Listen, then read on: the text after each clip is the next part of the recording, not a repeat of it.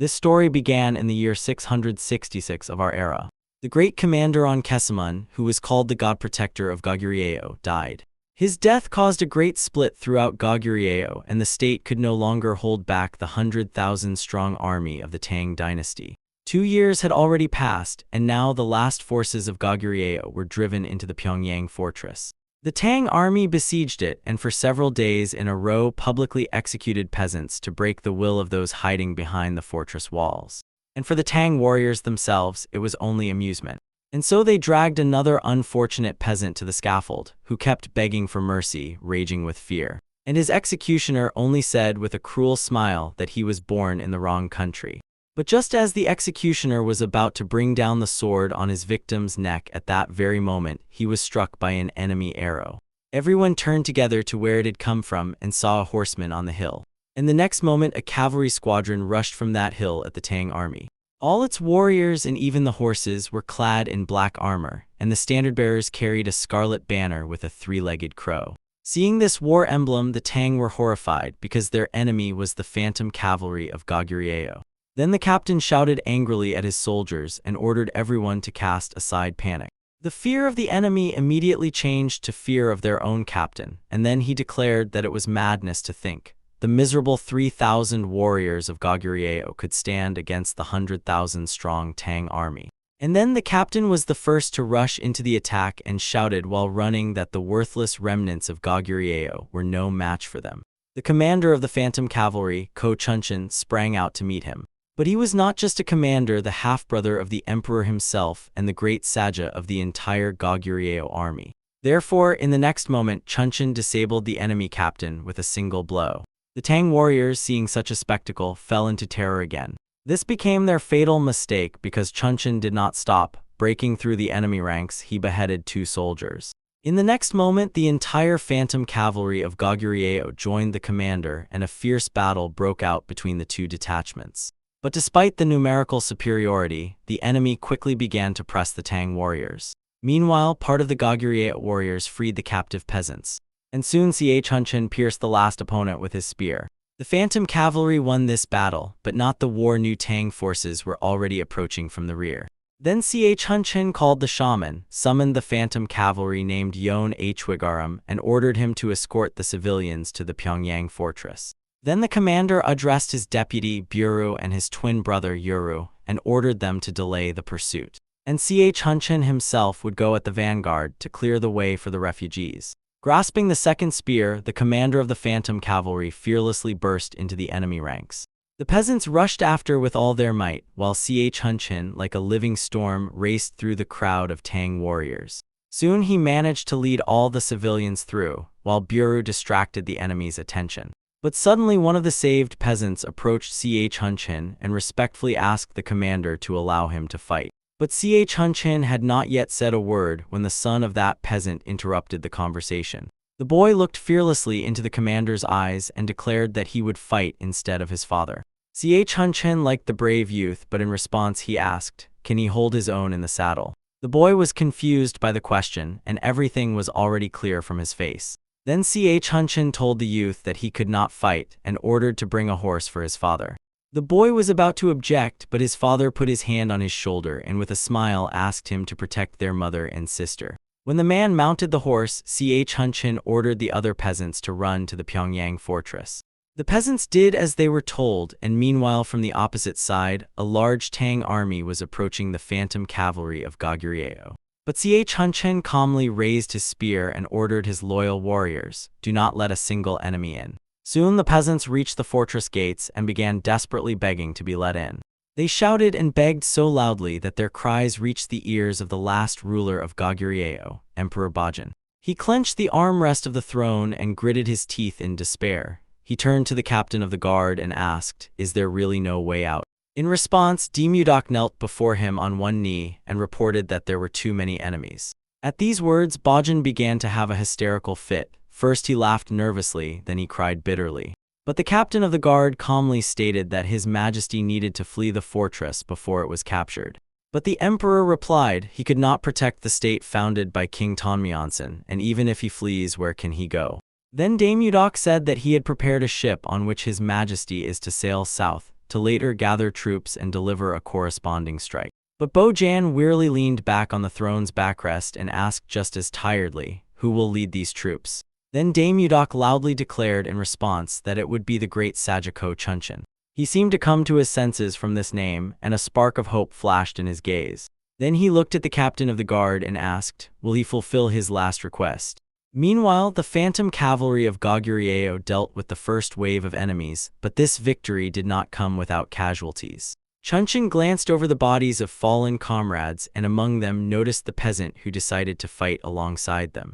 The commander held his gaze on him and said that the sun will remember his valiant death. There was no time to mourn the dead, for a new wave of Tang warriors was approaching. Brothers Buru and Yuru argued among themselves who would kill more enemies. And the shaman Hwigaram told his commander that the outcome of the battle was already decided. Chunchan knew this and still told his warriors that they could not break through further. Then Buru suggested a contest who would send more enemies to the other world, and the one who lost would go pull the beard of the greatest Yama himself. This sentence amused Chunchan, and he gladly agreed to it. And the very next moment the commander laughed loudly, and with him the entire phantom cavalry laughed. As soon as the laughter stopped, Chunchan's face instantly changed, and he declared that no Tang creature would set foot in the Pyongyang fortress. But the very next moment its gates suddenly opened, and a rider came out. It was a messenger of the emperor himself. He announced the order to retreat to the port and wait there for further instructions. This order struck Chunchan, but he had no right to disobey it. So the phantom cavalry of Goguryeo left the Pyongyang fortress and moved to the port as ordered. But the strange order of the emperor did not let the warriors go. They still remained uneasy. Then Hwigaram guessed that the emperor intended to sail south and regroup there. But suddenly the riders were caught up by a courier who reported almost 500 Tang warriors were pursuing the wagon that had left the fortress. Hwigaram decided that this was one of the nobles escaping by flight, but the messenger declared that the emperor's flag was flying over the wagon. Meanwhile, the fugitive situation was extremely dire. The enemies were quickly catching up with them. Captain Dame Yudok ordered the guard to stay closer to the wagon and not let any arrows pass. But then the vice-captain turned his horse and ordered everyone to keep moving forward while he buys them time. Dame Yudok wanted to stop him, but the lieutenant colonel was not going to listen and ordered 10 horsemen to fly after him. It was pure suicide, but the vice-captain shouted with a smile to his comrades that they must protect His Majesty the Air Prince. Unfortunately, the enemy's strike came first. The enemy commander pierced the vice-captain with a spear. Soon the Tansky warriors avenged the 10 horsemen and again rushed into the chase. But the sacrifice of the deputy captain was not in vain. The next moment, an arrow hit the enemy commander. When Dame Yudok turned around, he saw from afar how the riders of the phantom cavalry were approaching him. Seeing this, the captain of the guard barely held back tears. Soon the horsemen bypassed the imperial wagon and rushed like a whirlwind to meet the pursuers. And after greeting, Captain Chunchin ordered his warriors to destroy all enemies and not allow any of them to escape. And then 2 squads clashed in a fierce battle, and the Tang warriors had no chance left. Yuru was an archer of the phantom cavalry and was famous not only for accuracy, but also for the ability to kill 2 enemies with 1 arrow. And his twin brother Buru was famous for incredible strength. With 1 swing of an axe, he could cut a person in half. But while the Goguryeo warriors were finishing off the opponent, Chunchin asked Dame Yudok, "Is His Majesty in the carriage?" Still in response, the captain of the guard lowered his gaze with a sense of guilt and admitted that in the carriage was His Excellency the Crown Prince. Then he voiced the emperor's last order, to put the young heir on a ship and deliver him to a safe place. Thus, the phantom cavalry of Goguryeo began to carry out the last will of their lord. And at dawn the very next day, far ahead, the port emerged. But the next moment, scouts ran up to Chunchin and reported that the enemy had tracked them. Without wasting time, the commander ordered the riders to stay close to him and the rest of the warriors to protect the air. The riders of the phantom cavalry lined up in a solid wall, then Chunchin ordered to open fire immediately. In the next moment, a rain of arrows fell upon the enemy squad. But that was only a small part of the Tan army. The main forces stayed nearby, watching the battle from a safe distance from the arrows. And they were led by the supreme commander of the Tan Empire himself, Wei Chunhyun. Meanwhile, the carriage with the crown prince moved on towards the port. But before reaching the shore, the scouts warned, the Tan troops were no longer deep inland, they were right by the coast. A small detachment which Captain Damudok had left to guard the ship encountered them. They were commanded by a swordsman named Mount Quirion. He ordered them to stand to the death until the Crown Prince was on the ship. When the Tan warriors launched a frontal attack, he was the first to rush towards them. Meanwhile, the supreme commander of the Tan Empire decided to meet the commander of the Phantom Cavalry face to face. Chun Hyun proposed a deal to Chun Chun. If the Phantom Cavalry surrendered, he would personally ask His Imperial Majesty to grant them the honor to fight for the Tan Empire. In response, Chun Chun said nothing, only nodded, so the Supreme Commander laughed loudly and declared it a wise choice. But just as Chun Hyun offered Chun Chun the role of his right hand at that very moment, an arrow pierced his eye. He put it into action Yuru and irritably threw a question to his brother. Could it be that the Tang soldiers fight only with their tongues? Meanwhile, the same Tang soldiers were stunned by the death of their commander-in-chief. Chun Chun gave an order to Hwigaram, and the next moment a hail of battle axes rushed toward the enemies. By the very noon hour, the battle on the coast ended with the victory of the Goguryeo warriors. Soon Kavrion noticed the approach of a large saja with Phantom Cavalry. Yet the Tang detachment continued to chase them, so Chun Chun immediately ordered to set sail. And so the Phantom Cavalry left their native shores and headed south. Having made sure that the enemy no longer pursued them, Chun Chun decided to personally check on the Air Prince's condition. He also wanted to find out what name was given to the young emperor and where His Majesty was now. To the first question, Damudok answered that His Majesty named the prince Ilchai, but to the second question the captain lacked the courage to answer. Instead, he handed Chun Chun a letter and explained that it was from His Majesty. Chun Chun handed the infant to a servant and took the letter, which contained the last order of the emperor to his younger brother. The last wish of Emperor Bajin was that Chun Chun take the child and sail away with him toward a peaceful life. But he, having just read the letter from Chun Chun, crumpled it in his hands in anger. He had no right to call the emperor brother, and now he himself calls him brother. Then the commander of the Phantom Cavalry asked Damudok about the fate of the Pyongyang fortress. But in response, the captain of the guards suddenly fell to his knees before him and began to beg for death. Such behavior shocked Chun Chun because it meant only one thing: the Pyongyang fortress had fallen. And to confirm this, Chun Chun saw thick smoke rising far away. The fortress was burning along with all the inhabitants, whom the commander of the Phantom Cavalry, to his misfortune, could not protect. But Chun Chun had no time to mourn the dead. A fierce storm suddenly struck the Goguryeo fleet. The waves were so fierce and huge that they sank one of the ships. Then a terrified ship captain burst onto the bridge half dead and shouted that the ship must be turned around. He had spent his whole life at sea, but had never seen such terrible waves before. And right in front of the fleet, a huge wall of water rose up, and the ship's crew was gripped by horror. But despite this, the Air Prince in Chun Chun's hands rejoiced and laughed loudly. The commander of the Phantom Cavalry took it as a sign from above and told his warriors that there was no way back for them. And then Chun Chun drew his sword and ordered to break through the waves, for this was the will of the Air Prince Yulchai and the last battle of the Goguryeo fleet. No one on the ship dared to disobey the order, and the next moment the ships crashed right into the water wall.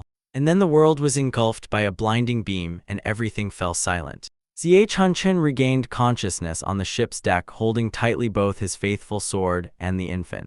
Fortunately, the Air Prince was unharmed, and even in a good, joyful mood. But the ship's captain was in complete shock and utter confusion from what he saw right before his eyes. Right in front of the fleet stretched land with a dense forest, but the nearest mainland was still very, very far away. But Buru saw no problem in this, so he carefully ordered to moor to the shore. But in response, the captain advised him to look around, and it was then that Buru realized they were not at sea, but in the middle of a lake surrounded by land. From such a start, Buru almost strangled the captain, deciding that he had been driving them in circles on the lake for several days. And Hwigaram asked his friend to calm down and explained that the captain was obviously not to blame for what had happened. Then the shaman turned to Chun Chun and asked, what should they do next? In response, the great Saja declared that under any circumstances they were now far from their native lands, which meant the fleet was safe here. Then Hwigaram ordered the captain to begin the landing, and he was only glad to leave the ship as soon as possible. Soon the Goguryeo warriors landed on the shore, and within minutes set up camp.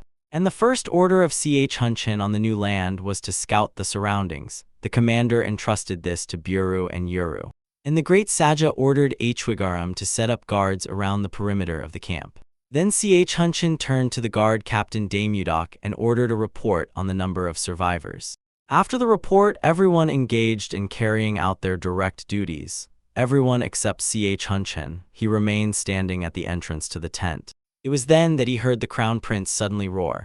Ch Hunchin immediately entered the tent and saw the maidservants trying in every way to calm the infant. But noticing the great Saja, all three maidens instantly bowed and addressed him as if to his lordship. However, Ch Hunchin demanded that they no longer call him that. Then one of the maids apologized and explained that it was time to change the heir prince's diaper, so they needed to be alone. And the commander of the Phantom Cavalry was not going anywhere and made the maids understand he would not take his eyes off the baby. There was no choice but to start changing the prince's diapers under the watchful eye of the great Saja.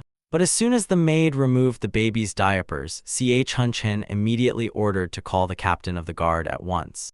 Meanwhile, Buru and Yuru with a small detachment were combing the forest in search of game. And the reconnaissance brought no results, so the irritated and hungry Buru declared that they would be incredibly lucky if they found even one boar here. But Yuru disagreed with his brother. In this forest, not only a boar but not even an ant could be found. Then suddenly, very close, there was a crackling of breaking branches and rustling of leaves. The brothers immediately grabbed their weapons and ordered the other warriors to be on alert. And the noise kept growing, so Buru happily thought, tonight they would definitely have the meat of a huge wild boar for dinner. The soldiers of Goguryeo were very surprised when someone peeked out from behind the bushes. Anyone but a beast and not even a human. A group of 4 mysterious creatures came out to meet the detachment resembling humans, but with pig snouts instead of faces. Yuru ordered everyone not to take their eyes off the aliens and suggested that in these lands boars walk on 2 legs. Then Buru asked his brother, if these are really boars, then why do they have green skin? For Yuru, this question was too stupid, so with irritation he explained the obvious to his brother: these boars are simply sick. And then a fierce argument broke out between the brothers. Because of it, their appetite flared even stronger. So Buru and Yuru came to an agreement. It doesn't matter whether these boars walk on 2 legs or have green skin, the main thing is that they taste like pork. And in the next moment, with great excitement and anticipation, they pounced on their bizarre prey. Meanwhile, Captain Damudok rushed to the large tent of the Sajar. But there he was met with a shocking sight. The commander of the Phantom Cavalry held a sword to the throat of an unfortunate maid. Noticing the captain's arrival, Ch Hunchin told him that the child was switched, but none of the maids could explain it. Then Damudok knelt again and handed over another letter from His Majesty. Ch Hunchin took the letter, and then the captain of the guard explained that the emperor ordered it to be delivered when the Goguryeo fleet was safe. The letter stated that Yilchai is not the heir prince. She is the daughter of Captain Yal Ryuhwan, who stayed to defend the Pyongyang fortress and His Majesty. Emperor Bajin decided that the life of this girl would be too short, so he sent her to Ch Hunchin. For this deception, the emperor asked for forgiveness, but there was no other way. Otherwise, Ch Hunchin, without hesitation, would have sacrificed himself for the country. Although imperial blood flows in him, Bajin did not want to condemn his younger brother to even greater suffering, since he had already spent his whole life on the battlefield. At the end, the emperor asked Ch Hunchin not to blame himself for not being able to protect the country, but to live differently, listening to his own heart. And Bajin also very much hoped that when the girl grew up, she would become a faithful companion to his younger brother. After this, the emperor's farewell letter ended, and Ch Hunchin quietly said that His Majesty had granted him freedom. And the emperor also gave him hope, and now tiny hands joyfully reached out to him. Ch Hunchin turned away to hide his embarrassment from everyone and ordered the maid to change the child's diapers. Then he approached Dame Yudoki and asked about the infant's mother. The captain of the guard replied that she had stayed to defend the fortress together with her husband. After that, Ch Hunchin silently left the tent and looked at the clear sky, still not knowing what to do now. He first took a sword at 6 years old, and at 16 he was already on the battlefield. When enemies invaded the family, Ch Hunchin fought on the front line. His duty as an illegitimate descendant of imperial blood was to protect the Goguryeo Empire. But now everything had lost its meaning, and Chun Chun no longer knew for what purpose should he unsheath his sword. When it got dark and Buru and Yuru returned from reconnaissance, Chun Chun called a meeting. The brothers reported that they had searched the forests and found no enemies. Moreover, the local forest did not resemble the forests of the Goguryeo Empire. Some trees looked different.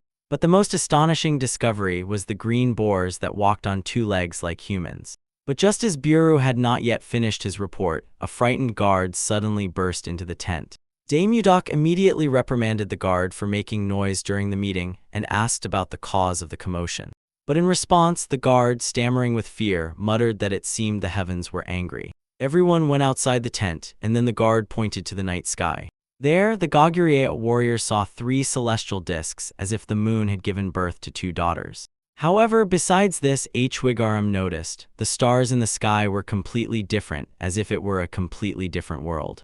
But in response to such a discovery, Chun concluded that at least for now, none of them needed to worry about the Tang army. The next day, Buru and Yuru decided to prepare the meat of an amazing boar they managed to catch. Only the brothers had no idea that the creature they were about to slaughter like a pig was actually an orc. The pig-snouted native tried to explain to his executioners that he was not an animal, but the brothers did not understand his language. Buru thought the boar was trying to say something, but Yuru asked his brother, where had he seen talking boars? But the next moment, the brothers were stopped by Hunchin, who arrived with Hwigaram. And when Buru asked about the reason, the commander explained, if the boar is green, it might be sick. But as they approached the group of 4, one of the guards running shouted about a big problem. Buru asked angrily what this time, could it be that now a 2-legged bull will appear? But the answer shocked everyone present because the guard asked in surprise, how did he find out about that? And the next moment, the very same 2-legged bull rammed one of the erected walls. This creature was called a minotaur, but for the phantom cavalry of Goguryeo, it was just another enemy. The warriors met it with a wall of shields, but the minotaur smashed its axe onto it and sent 2 soldiers flying. Then the warriors responded with a volley of battle axes. But despite numerous wounds, the minotaur stood firm on its feet. But not for long. In the next moment, boarding hooks clamped onto its horns. It was the brothers Buru and Yuru who lassoed the minotaur and with all their extraordinary strength pulled it back. When the minotaur fell to its knees, Yuru ordered his archers to pierce it with arrows. And finally Buru finished off the monster, beheading it with 1 blow. With a satisfied look, he threw the axe over his shoulder and Buru asked his brother, can we then eat this bull? In response, Yuru declared that from now on the great chief definitely will not forbid them. But at the very next moment the brothers saw, the minotaur was not alone. 3 more of its kin ran out of the forest. And even more than that, 4 kobolds ran after the minotaurs. But the brothers did not lose their composure and immediately rushed to meet the new opponents. The first minotaur brought down an axe on Buru, but he simply blocked the blow. Then the second minotaur came in from the side, aiming to cut Buru in half. But the next moment Hunchin burst into the fight. He cut off the minotaur's paw. Meanwhile, Buru dealt with his opponent, splitting him from nose to tail. And Yuru finished off the second minotaur with a precise shot right in the forehead. But as soon as the dust settled, Hunchin noticed it was much easier for him than before. Then Hwigaram explained to the commander that in this world gravity is weak, so armor, weapons, and the body feel lighter than usual. But the instructive lecture was interrupted by the wounded minotaur. He decided to take revenge on Hunchin. This became his fatal mistake. In a moment, the commander of the Phantom Cavalry cut the minotaur into pieces. And sheathing his sword, Hunchin admitted with annoyance, today the Tan's warriors are no match for him. But if he had such strength at home, the Goguryeo Empire would not have fallen. Meanwhile, the spearmen finished off 2 kobolds, and the 3 that remained fled. Hunchin ordered the Burans to catch up and destroy the fugitives, and also to scout as much territory as possible. And at that moment, a man with light hair was rushing through the forest, leading a girl behind him. The man was a resident of this world. His name was Veron, and the girl was his niece named Sarah. Veron ordered her to run further while he delayed their pursuer, a huge ogre. Veron shot an arrow at him from his bow, but it bounced off the thick skin as if from stone. And the next moment, Sarah suddenly tripped over a stone and fell to the ground. The ogre immediately targeted the defenseless girl, spitting on Veron's desperate shots. But just as the monster reached out its paw to its victim, someone swiftly grabbed the girl and pulled her away from danger. When Sarah opened her eyes, before her stood a stocky and extremely attractive man with a beard. Because of this, she took him for a dwarf. Buru had no idea what a dwarf was and did not understand what language the girl was speaking at all. There was no time for introductions. The ogre was already looming over Buru and raised his arm for a devastating attack. In the very next moment, the ogre slammed his fists down with such monstrous force that the ground cracked. But by that time, Buru and Sarah were no longer in the same place. The deputy commander was instantly at a safe distance and set the girl down on the ground. And then Buru fearlessly rushed towards the ogre. Stunned, Veron rushed to his niece. He still couldn't believe what he was seeing, because how could an ordinary person stand against such a monster alone? But the next moment, Buru smashed the ogre with one blow in half. After such a spectacle, Veron and Sarah slowly dropped to their knees and began to thank Mother Earth for sending them a mighty warrior to help. Only Buru had no idea what they were doing and what they were even talking about. Therefore, the deputy commander led the rescued peasants to the camp to question them about these lands. As expected, soldiers gathered near the tent entrance and began to curiously examine the foreign guests. The gazes of those studying her made Sarah nervous, but Veron swore to his niece he would protect her under any circumstances. Still, the girl admitted in response that she had badly hurt her knee, so at least Veron had to escape to warn the villagers. At such a statement, Veron was stunned, then shouted indignantly, how could he abandon his niece and run away? But just as the girl opened her mouth, Buru burst into the tent and sternly ordered them to stop talking. Behind him, the soldiers began to ask, why do the newcomers have such pale skin and golden hair, and are all the local girls so beautiful? Sarah did not understand their language, but guessed that this was the punitive squad of the kingdom of Heian. But Veron doubted this because throughout the kingdom there were no soldiers with black hair and dark eyes. Meanwhile, Buru noticed that the girl was clearly uncomfortable with such excessive attention, so he ordered the soldiers to leave. They did not dare to risk the deputy's wrath and immediately scattered. But in a moment, the tent was visited by the great Saja himself in the company of K.H. Vigaram. C.H. Hunchin asked the guests, do they understand them? But Veron and Sarah remained silent, and then Buru admitted he could not understand anything from what they were saying. Ignorance could cost the Goguryeo warriors their lives. They did not even know where they were or who lived here except for walking boars and bulls. Therefore, it was vital to obtain information from the natives, and for this, it was necessary to master their language. But then Yuru suddenly declared that he had an idea, or rather, an assistant who knows all the languages of the world. This person turned out to be the swordsman Mount Koryan. C.H. Hunchin was surprised by such a candidate, but Yuru assured him Koryan traded in the West with merchant parents, so he learned all foreign languages. C.H. Hunchin decided to trust Yuru's decision and ordered Koryan to try to talk to the locals. For Kavrion himself, it was a chance to prove his worth. There was no place he hadn't been and no language he didn't know. So he confidently approached Sarah and with a friendly smile said to her, Bonjour no. But in response, the girl only became more confused, and an awkward silence fell in the tent. Then Kavrion waved his hand at Sarah and said, hello, but the result was the same. And from the commander's facial expression, Kavrion guessed that he was already beginning to lose patience. Then Kavrion decided to try a welcoming kiss on the cheek, as the French do. However, Buru categorically disapproved of this idea, so he angrily asked, what the hell is he doing there? Kavrion realized that his time and the great Saji's patience were running out, so he desperately began to list all the foreign greetings he knew. It went on until Yuru adjusted the cerebellum of the hapless polyglot, and then apologized to the commander for the whole circus. In response, C.H. Hunchin said disappointedly that he had already forgotten. Outside of battle, Kavrion was helpless. And Buru asked his brother what was he even thinking, imagining this swindler and upstart to everyone. But Yuru said nothing in response. He only silently grabbed Kavrion by the scruff and pulled him. When they both disappeared from the tent, K.H. Vigaram asked for permission to speak with the girl. C.H. Hunchin did not object. Then the shaman of the Phantom Cavalry knelt before Sarah and, pointing to himself with a finger, pronounced his name syllable by syllable. It was then that Sarah realized that the man before her had said his name. Then K.H. Vigaram waved his hand at the girl and asked her name. And then in response, Sarah also introduced herself. Finally, they learned the name of the beauty. The soldiers rejoiced together. Probably Buru was the happiest, and he proudly declared that they learned Sarah's name earlier than K.H. Vigaram's name. But the deputy did not suspect. In the local language, the word Buru means gratitude, not his name. One way or another, but today C.H. Hunchin decided to put an end to the acquaintance and soon left the tent together with other officers. Sarah and Veron remained alone, but her uncle was a little stung by the fact that everyone simply forgot about him. Soon night fell, but not only over the Goguryeo Empire camp. Besides them, the kingdom of Heian set up camp in these lands. This camp was commanded by Baron Elvin, who was currently occupied with his dinner. Behind his back like a shadow stood Sir Hoikelum Tiluman. He commanded the Baron's knights. Suddenly, a scout entered the tent and reported that mercenaries would soon capture the farmer's settlement.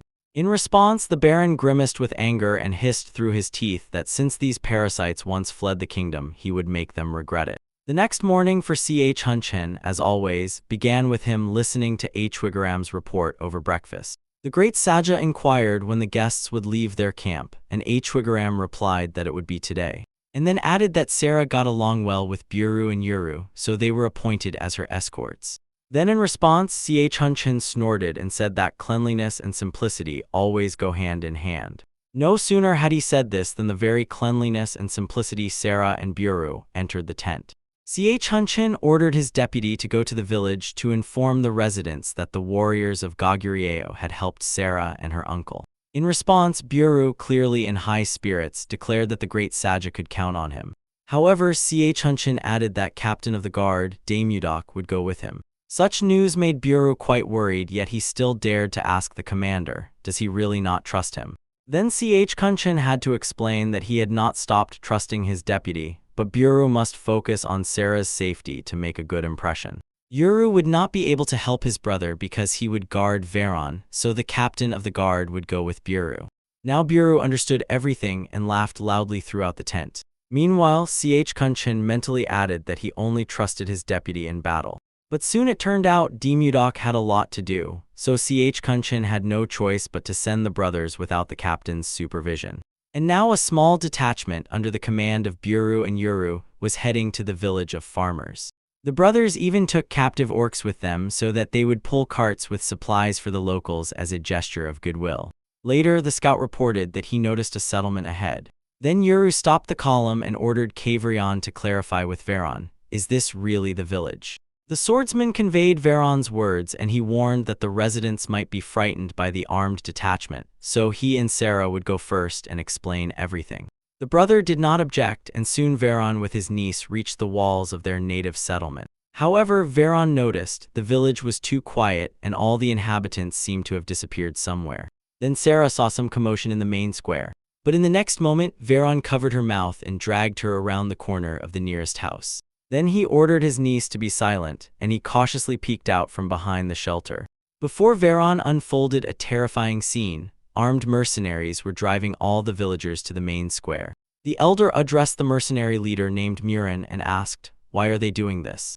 In exchange for food and money, the mercenaries promised to stop the orc horde, but Murin with a cruel smile declared that they would not risk their lives fighting the orcs. Then the mercenary chief pressed a knife to the elder's neck and added, supposedly, instead they could easily earn money, all they had to do was capture all the villagers. And in the next moment, Murin ordered to kill everyone who was not valuable. And at that very moment, the mercenaries began beating the captured men and old men. The elder already rushed to help them, but Murin pinned him to the ground with his boot. And then the mercenary leader asked, is being eaten by orcs better than living as a slave? The elder did not answer, but in his thoughts admitted he had made a mistake so easily believing strangers. He also prayed that Veron and Sarah would not return to the village because at least these two must be saved. Meanwhile, Veron ordered his niece to run back quickly and inform their new friends about what had happened. Then Sarah asked her uncle what he was going to do, and Veron honestly admitted he was going to buy as much time as he could. But the next moment behind his back Sarah saw a tall shadow with horror. The mercenary beat Veron and dragged him with Sarah right to the feet of the leader. For the successful find, Murin allowed the first one to have fun with the girl as a reward. Veron desperately tried to protect his niece, but received a boot right in the face. And then the mercenary pulled Sarah, who was resisting, to a secluded place. But the next moment a battle axe plunged into the scoundrel's skull and the mercenary fell to the ground with a crash. Then both the mercenaries and the villagers saw the dwarf riding fast. But Buru did not care about their looks, he rushed through the crowd straight to Sarah. And then, stopping, hurrying, and kneeling before the girl, he ordered her to lead Verona out of here. Sarah helped her uncle to get up, and none of the mercenaries dared to stand in their way as they walked. And only when Sarah and Verona had safely disappeared, Buru loudly gave the command, to battle. And the next moment, the riders of the Phantom Cavalry burst into the village. And then the deputy of the great Saja gave his warriors the last instruction, spare no one who has a weapon. Obeying the order of their commander, the Kaguryo riders engaged in battle with the mercenaries, and the latter had no chance. Defeat was a matter of time, and Murin realized this. He swiftly mounted his horse. His lieutenant assumed that this kingdom had sent a knightly order, but Murin objected. The punitive squad could not have arrived here so quickly. Moreover, the mercenary leader had never heard of such a knightly order either in the kingdom or on the entire continent. But suddenly the mercenaries who had saddled their horses began to fall dead one after another. All of them were instantly pierced by enemy arrows. Because of this, Murin decided that among their opponents there were crossbowmen. But how surprised he was when a squad of ordinary archers rode into the village. For Murin, this was the last straw. He ordered his men to retreat and was the first to flee. But Buru noticed his escape and immediately gave chase. Then Murin ordered 3 horsemen to finish off the short one. This was a huge mistake because Buru hated being called short the most. With one blow, he knocked 2 mercenaries out of their saddles, and the third Buru split in half along with his horse. At such a sight, Murin was horrified and ordered those who remained to stop the dwarf at any cost. But Buru no longer pursued the fugitives. He threw the axe over his shoulder, acknowledged the mercenaries because they fled skillfully. Then Buru ordered his warriors to deal with the rest of the opponents, and at that moment, riders of the phantom cavalry charged towards the mercenaries. After that, a lieutenant approached Buru and asked what to do with the leader who escaped. Still, Buru grinned and ordered him not to waste time on the coward, because Yuru was already dealing with him. Meanwhile, Murin, sparing no horse, rushed to Baron Elvin's camp to report what had happened. But in a moment, 2 arrows hit the mercenary's back and he tumbled off his horse. But even after that, Murin was still alive. But not for long. Yuru had already drawn the next arrow on the bowstring. When the mercenary leader was finished off, Yuru ordered his warriors to retreat. Meanwhile, mourning spread through the village. The peasants were grieving for the killed men, sons, and fathers. Looking compassionately at their sorrow, Yuru quietly said that the wildest creature of all is the human.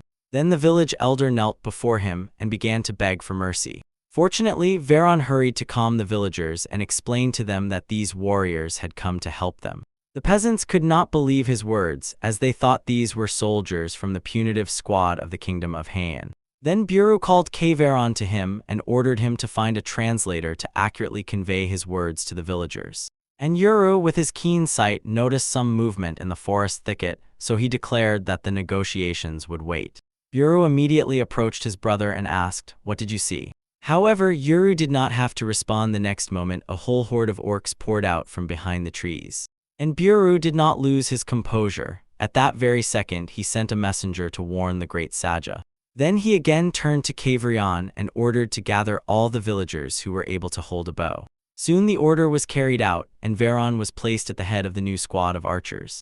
But Yuru assigned Kavrion to him and ordered everyone to shoot only on his signal. Then Yuru asked his warriors how many arrows were left, and it turned out most of them had from 5 to 7 arrows. Meanwhile, the horde of orcs had already left the forest and rushed straight to the village gates. But there a wall of Kaguryo archers was already waiting for them. And Yuru was leading them. He loudly shouted to the shooters, "If each of their shots does not hit at least 2, they will all die here." And at the very next moment he gave the signal, and the archers, all as one, let their arrows fly at the orcs. They shot the enemies with such furious speed that the villagers watching the battle did not even manage to see them. And following the archers, Buru burst into the battle, leading the horsemen behind him. Until this moment, the breathless messenger had already reached the camp.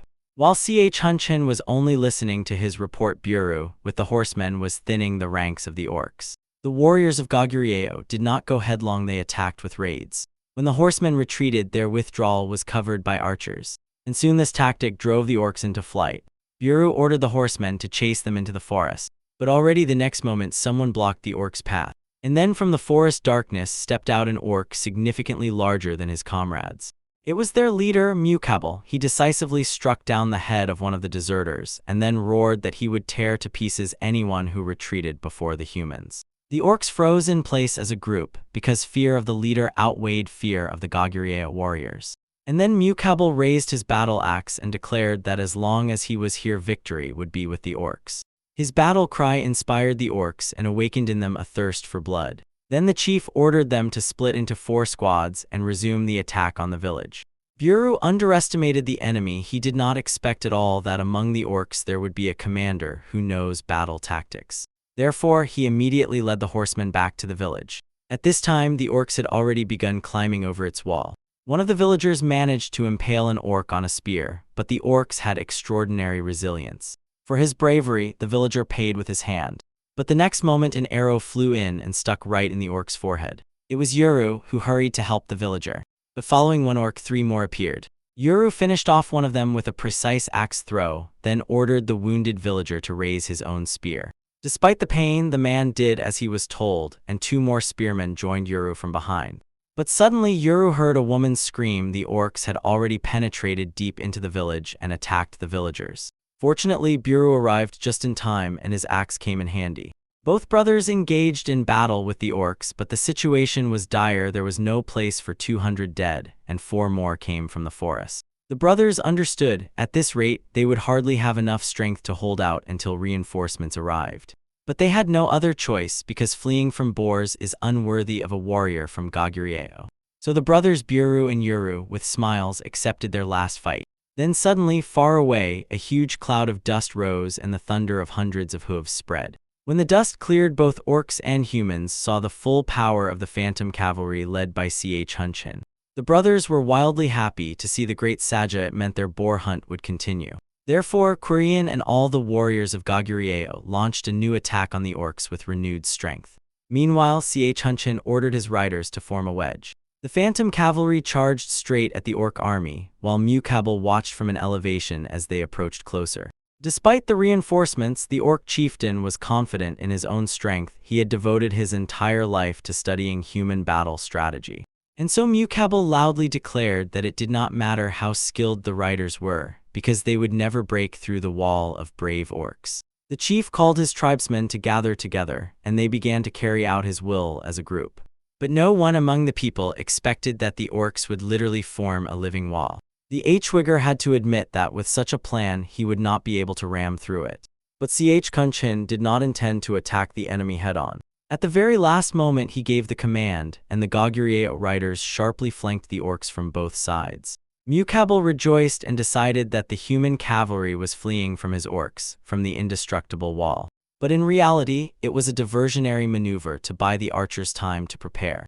And at the very next moment, Yuru ordered the shooters to open fire. The clustered crowd of orcs became an easy target even for peasants. The orcs struck by arrows began to fall one after another, and very quickly their wall crumbled like a house of cards. And those orcs who survived the arrows collided with the spears of the phantom cavalry. So Mukabel became enraged and ordered the orcs to unite again into a wall. Archers and horsemen did not allow them to do this, and in the next moment a spear pierced Mukabel's chest. It was thrown by Hunchin, and now everyone watched as the orc leader fell lifeless from the sheer cliff. At such a sight, the orcs were terrified to madness. Meanwhile, Hunchin ordered to slaughter the remaining enemies.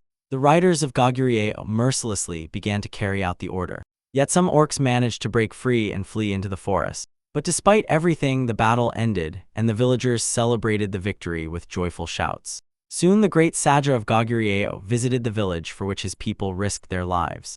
The villagers met him cautiously, but the elder dared to be the first to greet their savior. Hunchin ordered to bring a translator and immediately called Kavrion to Yuru. When the swordsman approached Hunchin, he ordered to tell the villagers that the phantom cavalry was retreating. Yuru tried to convince the commander, but Hwiggeram stopped his friend. Then the elder asked what will happen to the villagers if the warriors leave. But in response, Hunchin calmly and harshly declared, the villagers must protect their own lives themselves. As soon as Kavrion translated his words, all the inhabitants immediately fell to their knees and began to beg for protection. However, in response, the great Saja coldly asked, do they want to become slaves? At this question, the villagers fell silent, and then Hunchin stated that the Goguryeo warriors live to protect their people and will not shed blood to protect such weak-willed cowards. The villagers must protect their own territory themselves, and money should be spent not on mercenaries but on swords and armor, because lands protected by strangers are doomed. Then the great Saja of Goguryeo drew his sword and swore, if the villagers take up arms, he will accept them as part of his people and family. Yet in response, all the villagers remained silent. Then Hunchin turned his horse and said farewell, that he would return for an answer. Suddenly someone from the crowd shouted that they would take up the sword. When Chunchin turned around, he saw a boy who, though with difficulty, still raised his fallen father's sword.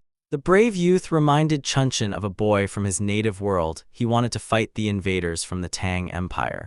This memory made the great Saja hurry and approach the youth. Then he showed the boy how to properly hold the sword and said, "If you have taken the blade in your hands, you must live to protect your family." But as soon as Chunchin spoke these words, all the villagers followed the boy and picked up their tools. Then Chunchin kept his word and led not only his warriors but all the villagers out of the village. Soon the village was overrun by crows. They flew in to feast on the carrion. But besides the scavengers, a punitive squad led by Tiluman also arrived in the village. All that the royal knights could find were overturned houses and a pile of corpses all over the place. The scout personally reported the disappearance of the farmers to Baron Elvin, as he also accompanied the squad. The Baron asked Tiluman's opinion, and the knight suggested that the orcs and mercenaries were killed by the same group. Then Elvin asked, could it be that the farmers killed the orcs and mercenaries and then disappeared? But Tiluman's recognition was different. He had never seen arrows with black fletching before, so he assumed that some unknown force was involved here.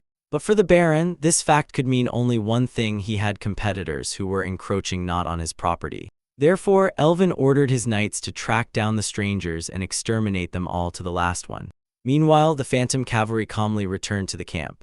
As soon as Chun dismounted, Captain Damudok immediately approached him and asked, "Who are all these refugees?" In response, the great Saja explained that from now on these peasants are part of Goguryeo. With these words, Damudok had already decided. Chun would finally resume continuing the lineage of the great emperor here.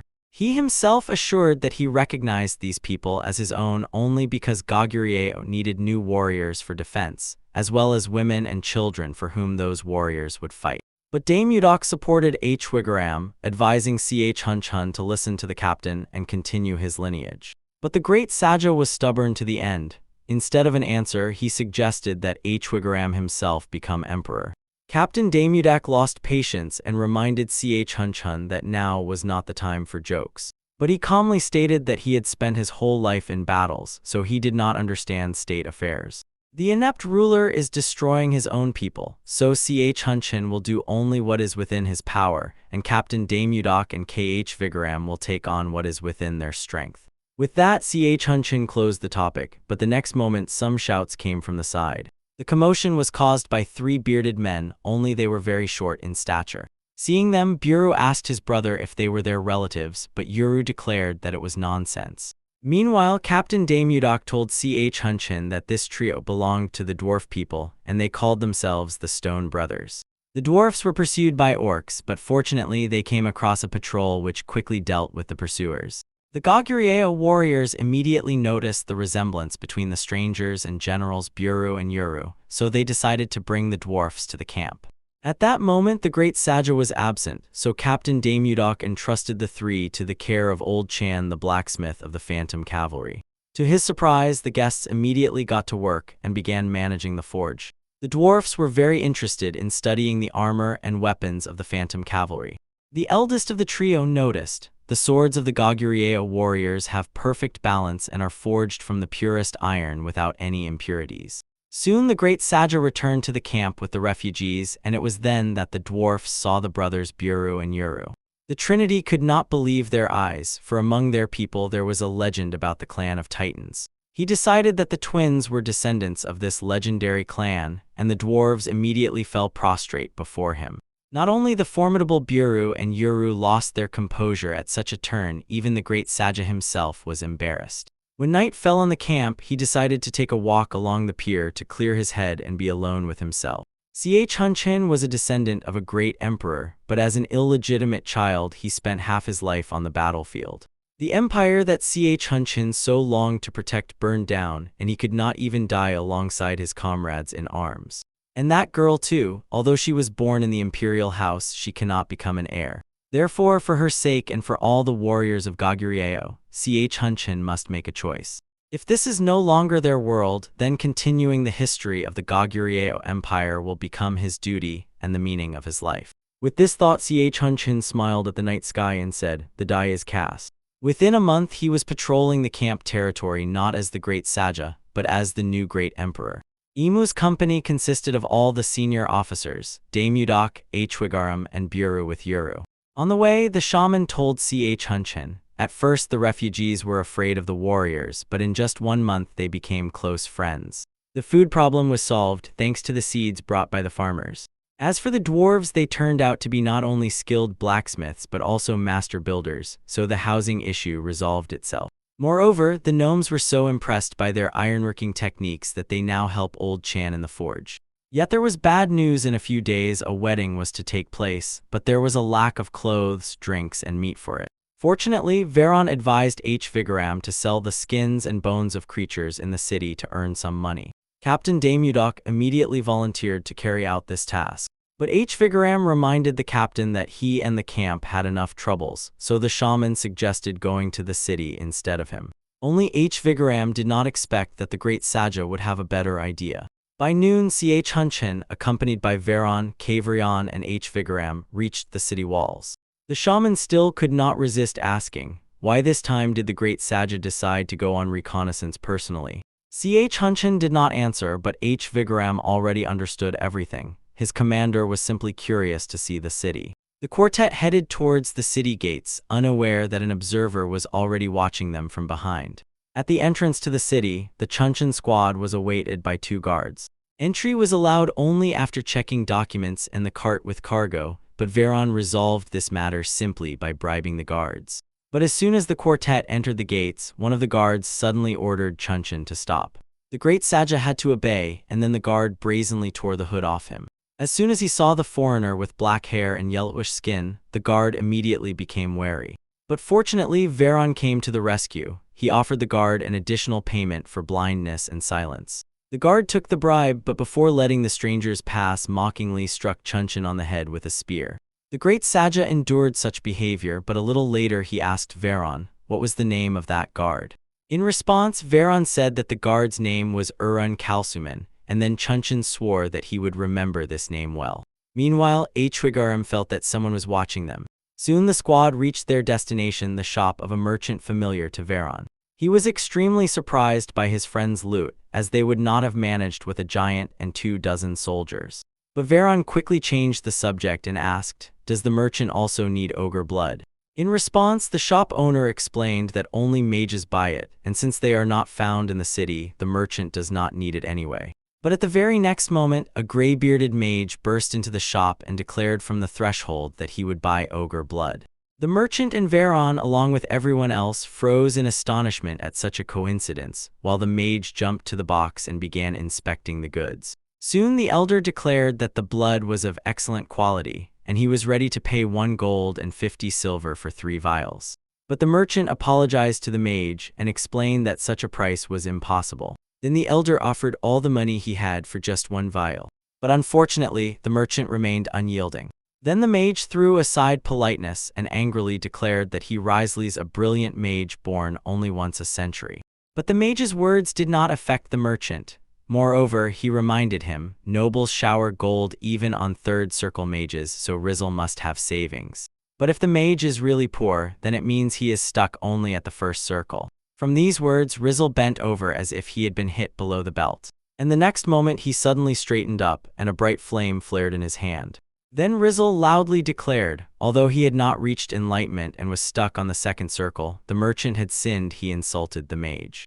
But Rizzle's fiery speech was interrupted by a cup that smashed right into his face. From the blow, the mage fell to the floor, and then the surrounding world was engulfed in darkness. And there, in the darkness, Rizzle saw visions of his youth. To master mana, Rizzle needed only half a year instead of the standard 2. Becoming a great mage was only a matter of time, but when Rizzle got stuck on the 1st circle, the mentor abandoned him. Rizzle became an outcast, but continued to believe that there was a way out. He devoted his life to study and gain knowledge worthy even of archmages. Yet Rizzle still could not pass the 2nd circle. Now his life literally hung by a thread in the hands of the great sage of the Kagure Empire. On the way to the camp, Hwigaram asked, why are they returning earlier than necessary because of this old man? Then Ch Kunchan explained that the sorcerers of these lands are very wise and valuable people, so one such person would be needed by Goguryeo. But in a moment, Rizzle suddenly came to his senses. His hands were tightly bound, but a simple rope could not hold the mage. He did not know the people in front of him but guessed they were the ones who stunned him and then took him captive. So Rizal could not hold back and responded to the offenders with an energy arrow. And what a surprise it was for the mage when Ch Kunchan deflected the lightning with his bare hand. And Kh Vigaram did not move at all, he only spoke the word block, and the lightning seemed to hit an invisible wall. After such a spectacle, Rizal realized that his kidnappers were not so simple, so he activated the magical ring of language translation and asked the foreigners, "Who are you?" But when Ch Kunchan was asked, he replied in return, "How does a wizard know his native language?" Rizal had to explain that it was all because of a magical artifact. Then he turned to Kh Vigaram and asked how he managed to dissipate the power of his energy arrow. But in response to Kh Vigaram, he only said, "It is extremely rude to casually inquire about others' secret techniques." Rizal was about to object, but Kh Vigaram stopped him and ordered silence. The reason was that their path was blocked by a gang of armed robbers, and they were led by the very gate guard whose name was Kalsuman. Losing a steady source of income due to momentary greed was very foolish, but there were quite a lot of goods on the foreigner's cart. So Kalsuman gave in to temptation and decided to seize the valuable cargo and simply get rid of the owners. But as soon as Kalsuman managed to give the order to his thugs, two of them were suddenly engulfed in flames. It was the work of Kh Vigaram and his magical scrolls. Meanwhile, Ch Kunchan said to Kalsuman with a sinister smile that he had a very familiar face. In response, Kalsuman ordered the other thugs to finish off the foreigners. But at that very moment, Kh Vigaram threw 3 more magical scrolls and 3 more robbers were consumed by fire. Despite the people burning alive, Ch Kunchan slowly, without haste, moved straight toward Kalsuman. One robber dared to stand in the way of the great Saja and immediately paid with his life. After such a spectacle, the rest of the robbers instantly lost all their courage. Kalsuman ordered them to attack, but in a moment Kh Vigaram deprived him of his last comrades. Now Kalsuman was left all alone with Ch Kunchan. Fear gripped the guard, so all he could do was helplessly watch as Ch Kunchan raised his sword. But instead of a deadly blow, he suddenly struck Kalsuman on the head with the flat side of the blade. Then Ch Kunchan even squatted down in front of the guard and continued showering him with steel slaps. It is unknown how much longer this torment would have lasted if Kh Vigaram had not urged his commander. Reluctantly, he obeyed the shaman and suddenly pulled a magical scroll from under his cloak. Then Ch Kunchan uttered a fire-rending spell, and the scroll in his hand immediately burst into blue flames. And Kalsuman suddenly shouted, "That's it," shuddered all over and fell dead to the ground. However, Ch Kunchan was dissatisfied with the result of the spell and admitted with frustration, magic is not really his strong suit. Then Kh Vigaram calmed his commander and stated that if everyone could easily do magic, it would no longer be magic. Meanwhile, Rizal, who was watching from the side, could not understand. How did this foreigner manage to use magic by saying only the keyword? Then he noticed that his kidnappers were heading towards the Laganza mountain range, where a dragon lives. It was then that Rizal was struck by a suspicion. Before him was indeed a foreigner, the dragon, who had taken the form of an ordinary man. If Rizal could become the dragon's servant, then with his help he could advance to the second circle. Meanwhile, Kh Vigaram approached the mage and with a smile apologized to him for the inconvenience and kidnapping. But in response, Rizal assured that he was ready to carry out any order of the master. Such a change in behavior surprised Kh Vigaram from Chunchan, but on the other hand, it would be easier for them if the mage voluntarily went with them. At dawn, the great Saja returned to his camp, and Rizal was impressed by how well organized the settlement in the Laganza Mountains was. And the soldiers of Goguryeo, with their discipline and spirit, could compete with the royal ones. And Rizal was even more surprised when he saw 2 dwarves from the Titan clan, who were believed to have disappeared after the Divine Demonic War 1,000 years ago. However, then Chunchan asked the mage, had he forgotten how he tried to harm Veroni? In defense, Rizal embarrassedly explained that he only intended to properly teach the insolent merchant a lesson he had insulted him. And Ch Kunchan did not want to listen to anything and ordered Buru from Uru to take the mage to the place of execution. The Britchery immediately carried out the will of the great Saja, and soon he stood before the accused dressed as the emperor. Ch Kunchan could not forgive Rizal's attempt to harm his guide and one of the subjects of the Goguryeo Empire. The mage again tried to explain that it was all just an unfortunate misunderstanding, and that he had no intention to harm Veroni. But Hunchin was unyielding and declared that the mage had insulted him by trying to harm his subordinate. Rizzle was about to object, but Hunchin raised his voice and said, "The matter is not that good punishes evil, but that the strong take everything. Such is natural selection." But in response, Rizzle dared to say that he was kidnapped, so he was forced to defend himself. But Hunchin had a different reasoning. Moreover, he admitted, he could have simply ordered his men to kill Rizzle on the spot. Besides, he turned out to be weak, and even as a mage did not command respect. From these words, Rizzle felt truly miserable. They were true. All 75 years the mage had lived in vain. Then the great Saja asked Rizzle, would he continue to live wandering like a beggar, enduring insults, or would he tie his fate to the Goguryeo Empire? Rizzle was confused by the question and clarified what exactly Hunchin meant. So he had to explain that Goguryeo did not need an outstanding mage, it needed a sage with deep knowledge about this world. Then the great Saja approached Rizzle and asked one last time, would he accept the offer? The mage did not dare to look at Hunchin but still dared to ask, what was the Goguryeo Empire ready to do for him? Then in response, Hunchin declared that he would not stand aside when someone offended his family and subordinates, so if anyone dared to look down on Rizzle, the Goguryeo Empire would crush the insolent to dust. After these words, Rizzle respectfully bowed before the great Saja and swore that he would serve him as his mentor. Hunchin gave such a retort and then declared that from this moment Rizzle would teach Buru and Yuru.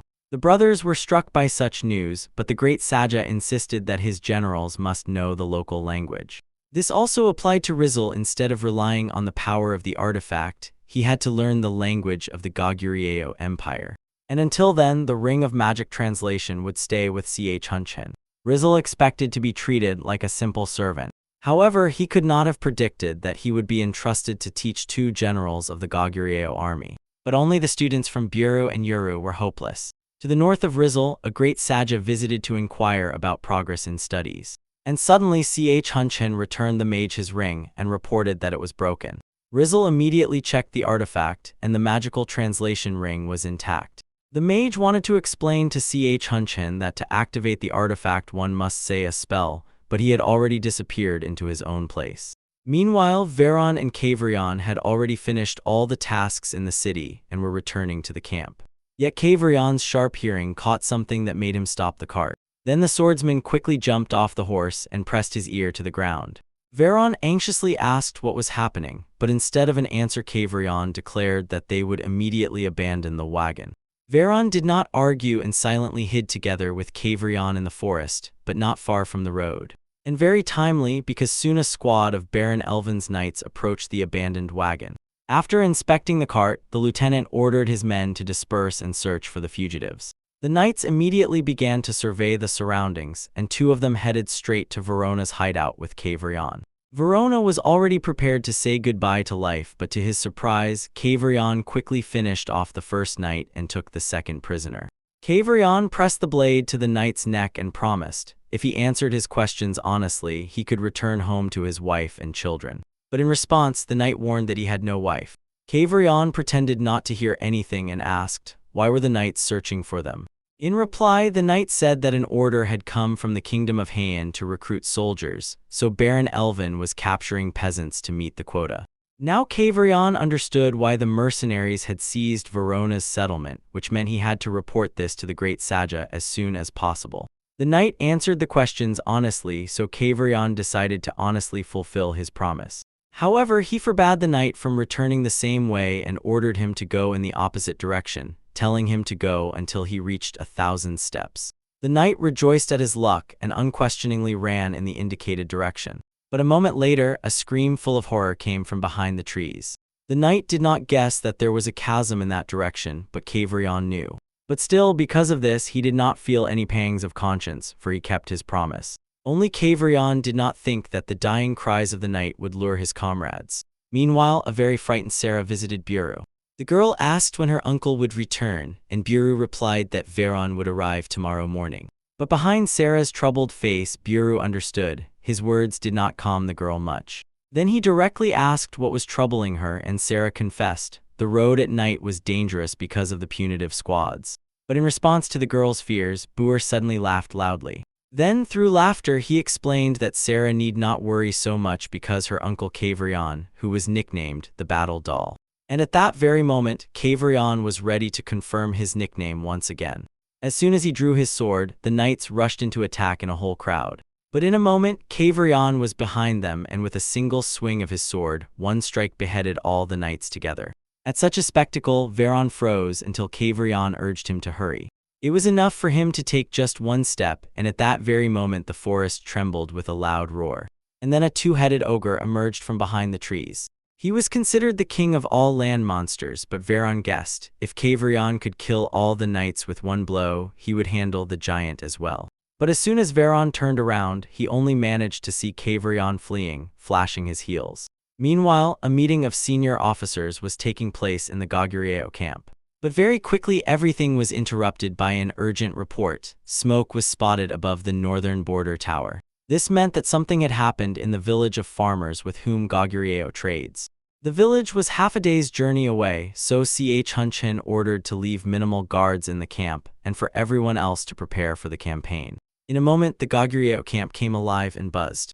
The confused Razel rushed to Hunchin's tent to find out why the assembly had started. What a surprise awaited the mage when he saw a ready convoy in front of the great sage's tent. Razel had traveled across the entire continent, but had never seen such disciplined troops before. Meanwhile, Kanchan addressed the warriors and ordered Yuru to take a mage with him. Then the great Saja personally turned to Rizel and asked, had he ever been on a battlefield? In response, the mage admitted that in his long life he had taken part in wars more than once. Then Kanchan ordered him to observe today's battle and afterwards report on how the fighting style of Goguryeo differs from that of this kingdom. And then the camp gates opened, and the great Saja ordered the ghostly cavalry to advance. Meanwhile, chaos and despair reigned in the northern farming village. Baron Elvin ordered his knights to drive all the helpless into the village, except for men capable of fighting and young women. Then he ordered the archers to burn the settlement to the ground, along with its inhabitants. However, the Baron underestimated this village. Then Tiluman reported that the prisoners told much more about the settlement. It was literally nearby.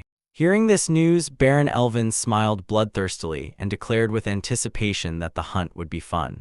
Meanwhile, Veroni and Kavrion managed to hide from the two-headed ogre. But soon another monster appeared, a goblin. Kavrion noticed him too late and paid for it. A stone hit him in the forehead. Veron tried to say something important, but Kavrion did not listen and kicked the goblin back with all his might. Only after that did Veron finally manage to explain that it was a goblin child, and it would be better not to touch him. And in the next moment, Kavrion understood why a whole crowd of angry goblins emerged from the trees. At that time, the phantom cavalry of Koguryo reached the northern farming village. More precisely, what was left of it. Unfortunately, there was no one left to save. Junchun ordered Hwigaram to make a halt and set up guards. Then Rizel jumped up to the great Saja with one of the enemy's arrows and reported that, judging by the emblem on the tip, it was the personal punitive squad of Baron Elvin. Junchun heard that the Baron rarely visits these lands, so he became curious why. Then Rizel explained that the reason was the fierce monsters living here, and sending an army against them would mean huge losses. Since the city at the foot of the Laganza Mountains is a trading one, there are many willing to buy their way out of conscription. Therefore, in the kingdom of Heian, it is common to buy slaves and then send them to war instead of one's own sons. And it seems Baron Elvin plans to use the farmers exactly in this way. Hunchan called it madness and stated that in this way the kingdom of Heian would never win. But in response, Rizel said that everything was much worse because the kingdom did not care whether it won or lost. Because the kingdom of Heian is squeezed between giant empires, on land it borders two great states and by sea with a maritime empire. So the kingdom always yielded to the whims and demands of strong neighbors. At the beginning of each war, it survived by supplying troops to both sides. So it does not matter who wins and who loses. This is the reality of the kingdom of Heian. After these words, Hunchan finally understood. No one protects these lands because the kingdom has already abandoned its statehood. But suddenly a scout jumped up to the great Saja and reported that an enemy camp was discovered. There were about 20 horsemen and 600 infantrymen. Also, the scouts saw about 200 people in cages in the camp. Most likely, the punitive detachment of Baron Elvin decided to rest before attacking the next village. At this point, the scouts' report ended, and then Ch Hunchan ordered his warriors to prepare for the offensive. Meanwhile, in Baron Elvin's camp, knights were mocking the captured peasants to their heart's content. They beat the men with whips to frighten and break them, and the knights decided to mock and violate the women. But not everyone got a wedding this night. The guards had to stand watch far from the camp, and they became the first victims of the Goguryeo scouts. When the last sentry was done with, Chwigaram ordered to give the signal. One of the scouts immediately released 2 pigeons into the sky. This meant that all escape routes were blocked. Meanwhile, far from the camp, Chunchin noticed the signal. But before starting the attack, the great Saja ordered Rizal to closely watch their battle. And only then did Chunchin draw his sword, and at that very second, all the Goguryeo archers drew their bows. The people of Baron Elvin continued to drink and party, sitting by the campfire. Suddenly, a burly light-haired man tore himself away from his mug of drink and suspiciously began to peer into the night sky. An unusual whistling sound mixed into the general noise. No matter how the man looked, he could not find the source of the whistle, but it was definitely not a bird. The man's eyes widened in horror when he finally realized what was making that strange sound. But it was already too late. Arrows struck every warrior by the campfire like a hailstorm, leaving no chance for survival. A commotion immediately arose in the camp. The soldiers instantly grabbed their weapons, still not fully understanding from where exactly they were being attacked. From all this noise, Baron Elvin jumped out of his tent wearing only a nightshirt. He was extremely surprised by everything happening and immediately demanded explanations. And the soldiers, without even glancing at the Baron, continued to bustle around the camp, chaotically searching for the enemy, as they were too preoccupied with their own survival. Finally, his loyal knight Tiluman rushed to the Baron. He immediately asked Elvin to hide in the tent and keep calm. It was too dangerous outside. Despite Baron Elvin's warning, he did not hurry and carefully watched the widespread chaos and demanded that Tiluman immediately take control of the situation. Only after this did Baron Elvin decide to hide in the tent, and Tiluman immediately began issuing orders to his subordinates. Tiluman was extremely irritated by the course of events. Who could have dared to attack them? Within a few minutes, Tiluman managed to take control of the situation. The spearmen lined up in 2 ranks near the camp entrance. The archers took positions behind and were ready to open fire. Everyone, holding their breath, froze and peered into the night darkness, hoping to spot the enemy. And then on the horizon, to everyone's surprise, the enemy cavalry appeared. Tiluman immediately decided that their enemies were not from the villagers, nor did they resemble a regular army. A self-satisfied smile played on his face as soon as he could see the horsemen were aiming at them with bows. Could the enemy really be unaware that shooting from horseback reduces accuracy?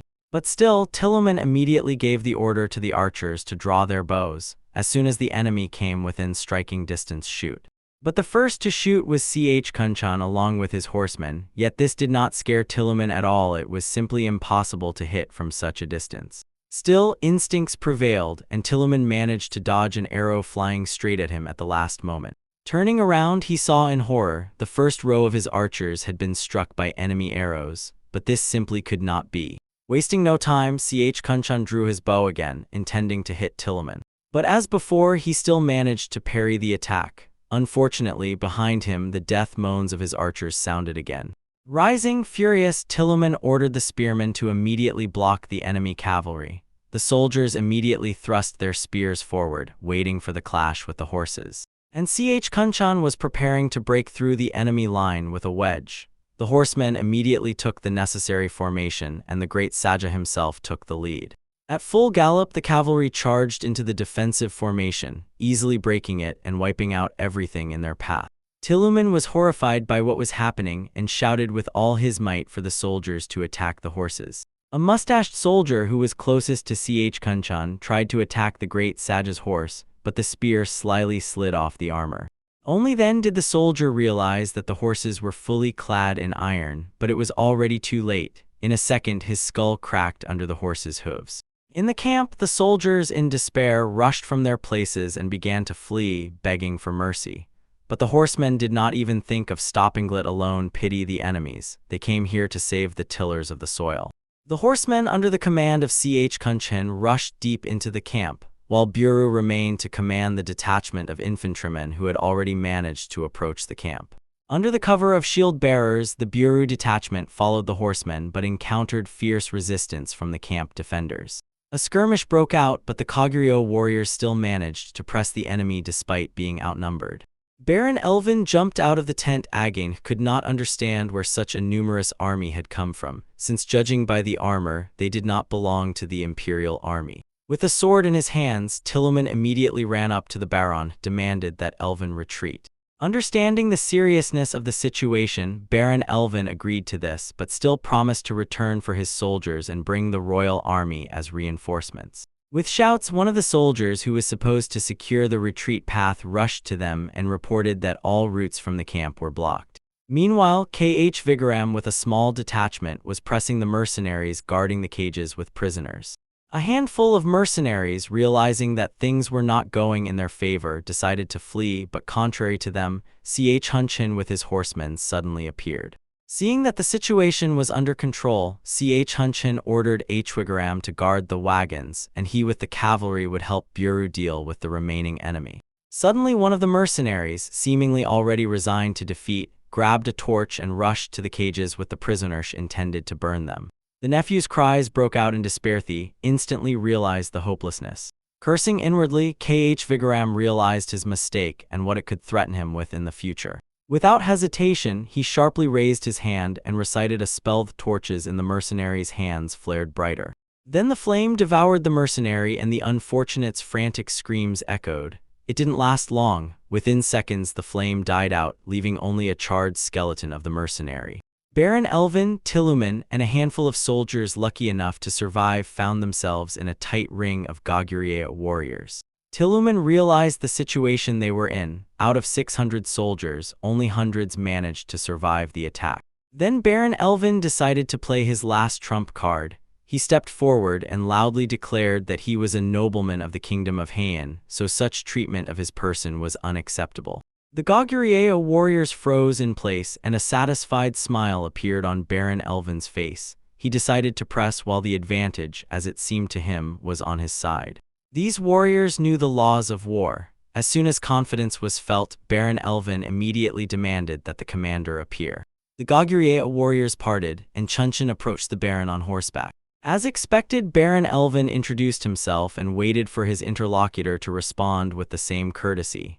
But to his surprise, Chunchin simply ignored him. Turning around, Chunchin inquired where Quiryon was now. He sighed deeply. Buru reported that he had not returned from the village. Then the great Saja asked Rizzle, who was standing nearby, for a magic ring for communication. The old mage immediately carried out his master's order, but for the ring to work, an activation phrase had to be spoken. C.H. Hunchin sharply raised his hand and said activation phrase, but nothing happened.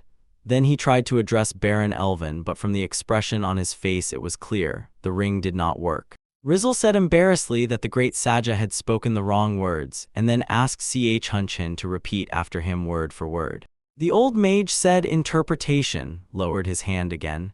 C.H. Hunchin tried to say the required word, but out of embarrassment he failed on the first attempt. The outcome of the battle was already decided in advance, so Tillman asked the Baron for permission to take the situation into his own hands. Elvin looked at his knight with interest. Could it be that he had a better plan? Bowing my head, I immediately heard Tillman outline the essence of his plan, and a satisfied smile flashed on Baron Elvin's face. Meanwhile, Rizzle again reminded that C.H. Hunchin must repeat the words exactly word for word. Finally, the great Saja managed to say the word interpretation, and the ring immediately glowed pale blue. Rizzle clapped his hands joyfully.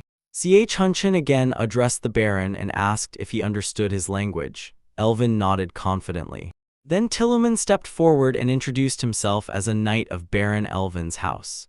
In response, C.H. Hunchin declared that he was an envoy of the great Goguryeo Empire.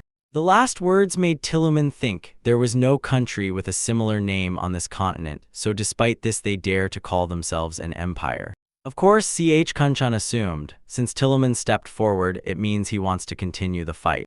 But the further development of the fight was already clear to Tillman, so he asked C.H. Hunchin to face him in a duel.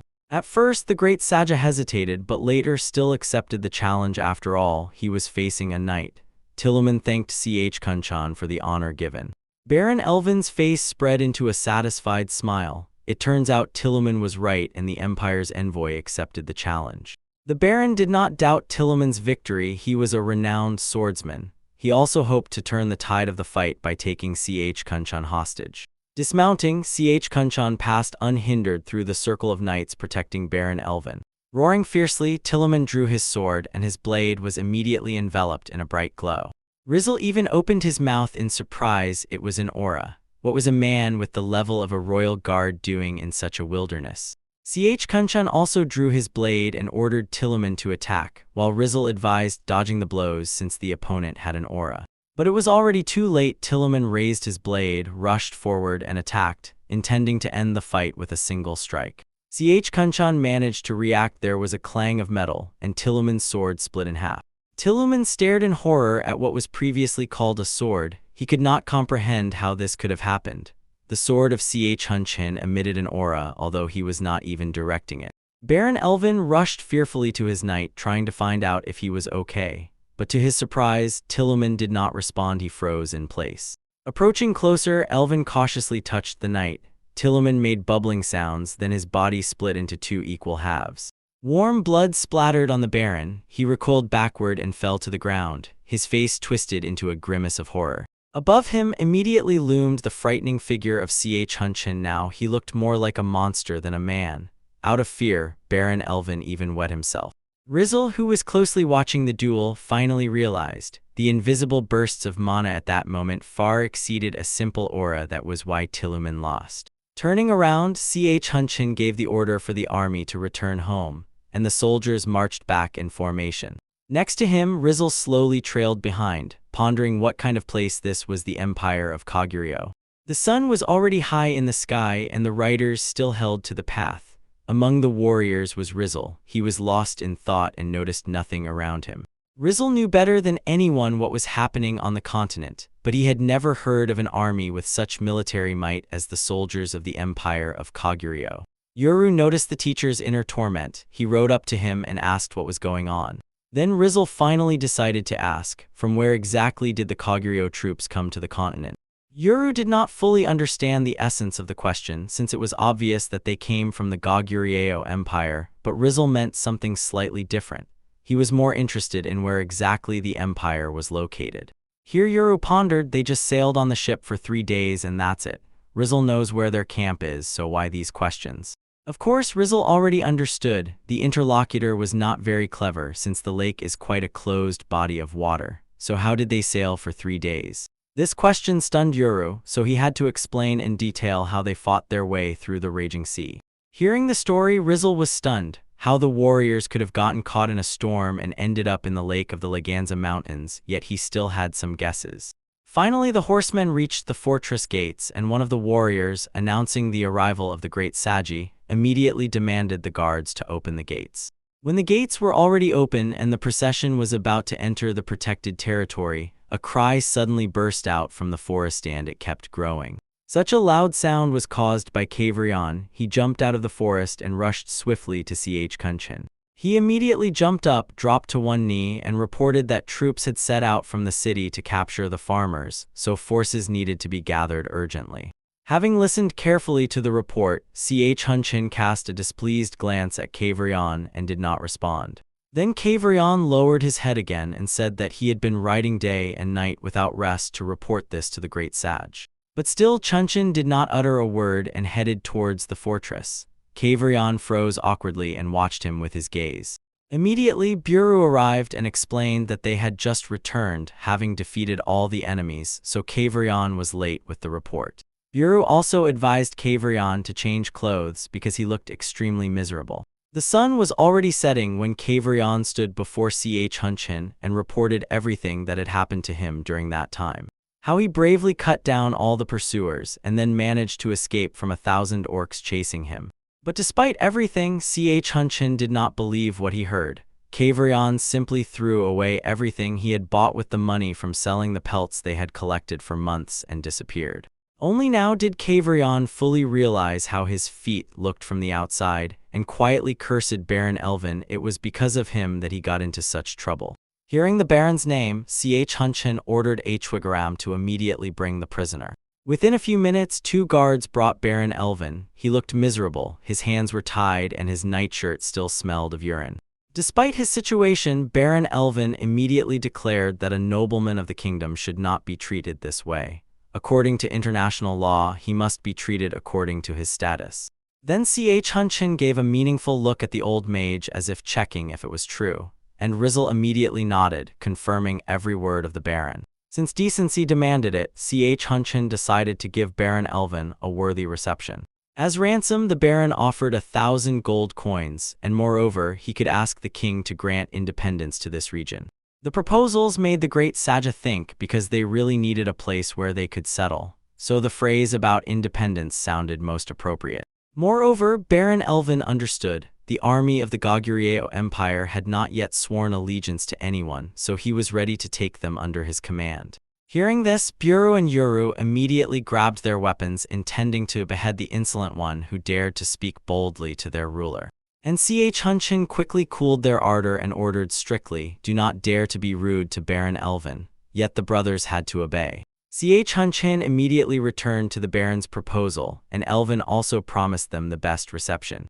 And here the great Saja pondered, while Baron Elvin began to celebrate mentally. If he played everything right, he would not only get out of here but also gain elite troops. Finally, after careful consideration, Hunshin apologized to Baron Elvin for the inconvenience caused and ordered the guards to release him immediately.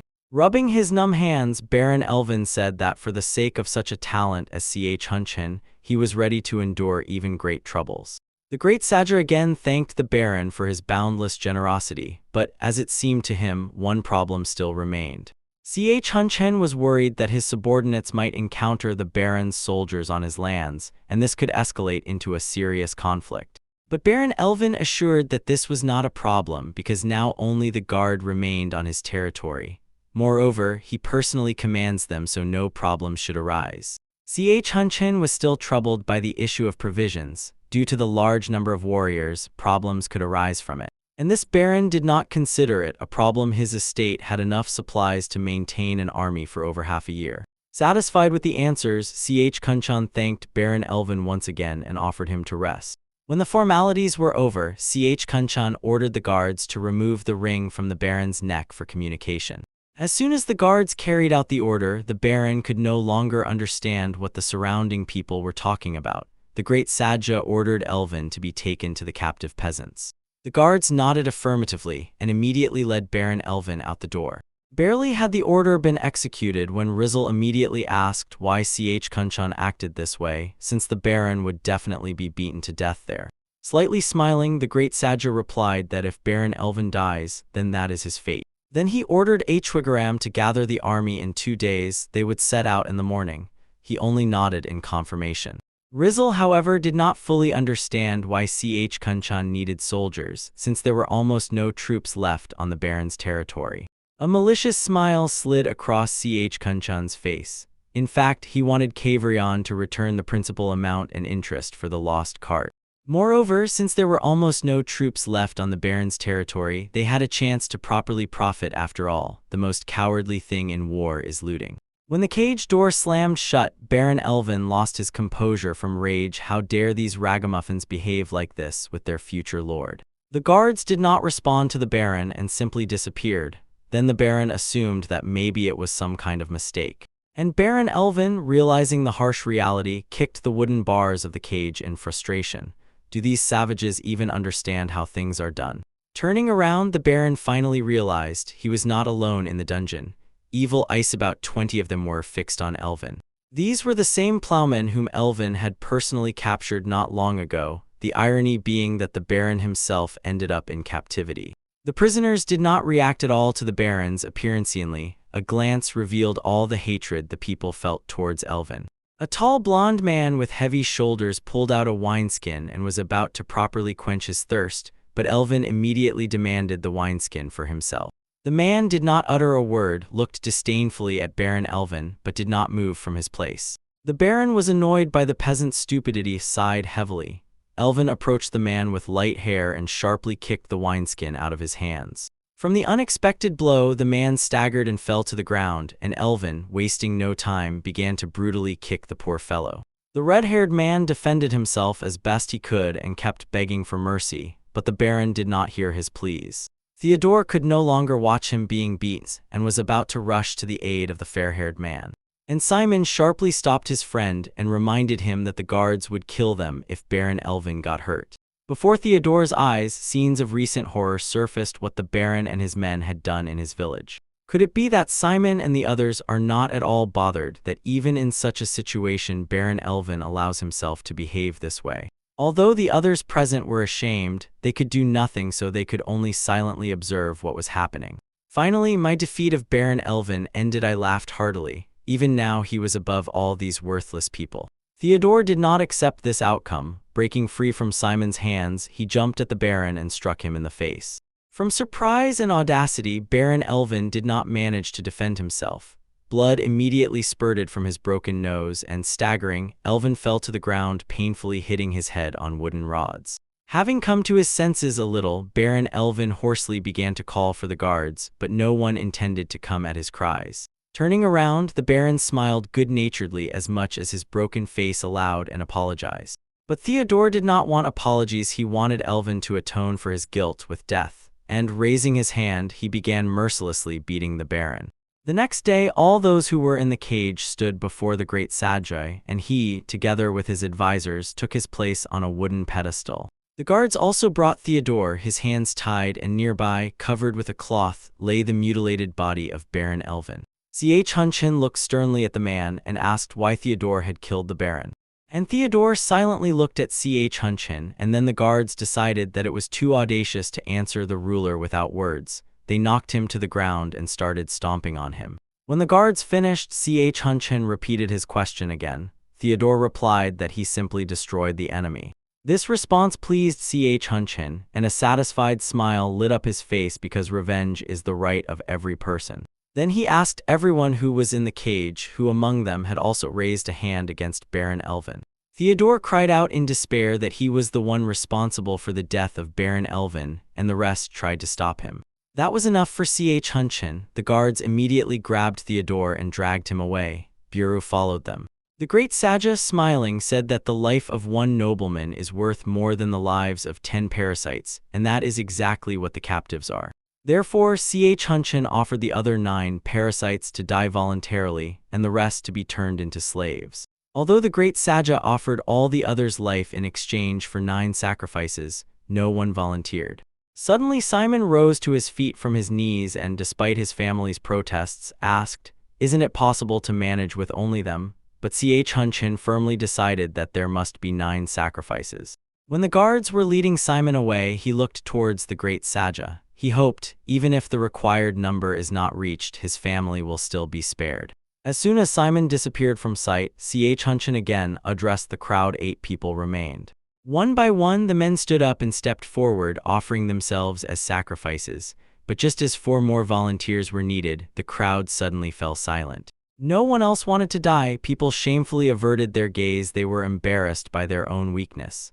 Hunchin was extremely dissatisfied with such an outcome. He ordered Hwigaram to provide housing and means of livelihood for the families of those who sacrificed themselves. From now on, they would become subjects of the Goguryeo Empire. And Hunchin commanded to lock them back in the cages. Every single one was now made a slave. Finally regaining consciousness, Theodore, still not fully understanding what was happening, tried to get up, but a sharp pain below his back forced him to lie down again. Looking around, Theodore noticed Veron sitting by his bed and tried to find out what was going on. Veron, smiling, explained that it was all a test. All those who expressed a desire to sacrifice themselves became people of the Goguryeo Empire along with their families, and the rest slaves. Theodore was incredibly impressed by this turn of events, as he was sure he had died, because the pain he felt before fainting was real. It seems Hunchin never intended to kill anyone. He just wanted to check if the Tillers had even a drop of will. But to make it look real, Buru gave each of the victims a blow with the axe butt on the buttocks. The next morning, Buru and Sarah sat on a rock and watched as the slaves, under the guard's supervision, worked the field. Suddenly, Sarah decided to ask why these people agreed to become slaves. At first, Buru pondered, then answered that the most important thing for a person is the ability to hold a sword. These people refused to take up arms, and that is why they became slaves. Because if a person is unable to sacrifice themselves in peacetime, nothing will change when the enemy attacks. Once Buru asked a similar question to the great Saja, and Hunchin replied, "Anyone can survive, but not everyone knows how to enjoy freedom. Even wild beasts understand what freedom is and are ready to do anything for it. Therefore, people must always remember why they take the sword in their hands. Simply put, without a reason, it is impossible to become strong enough to protect your freedom.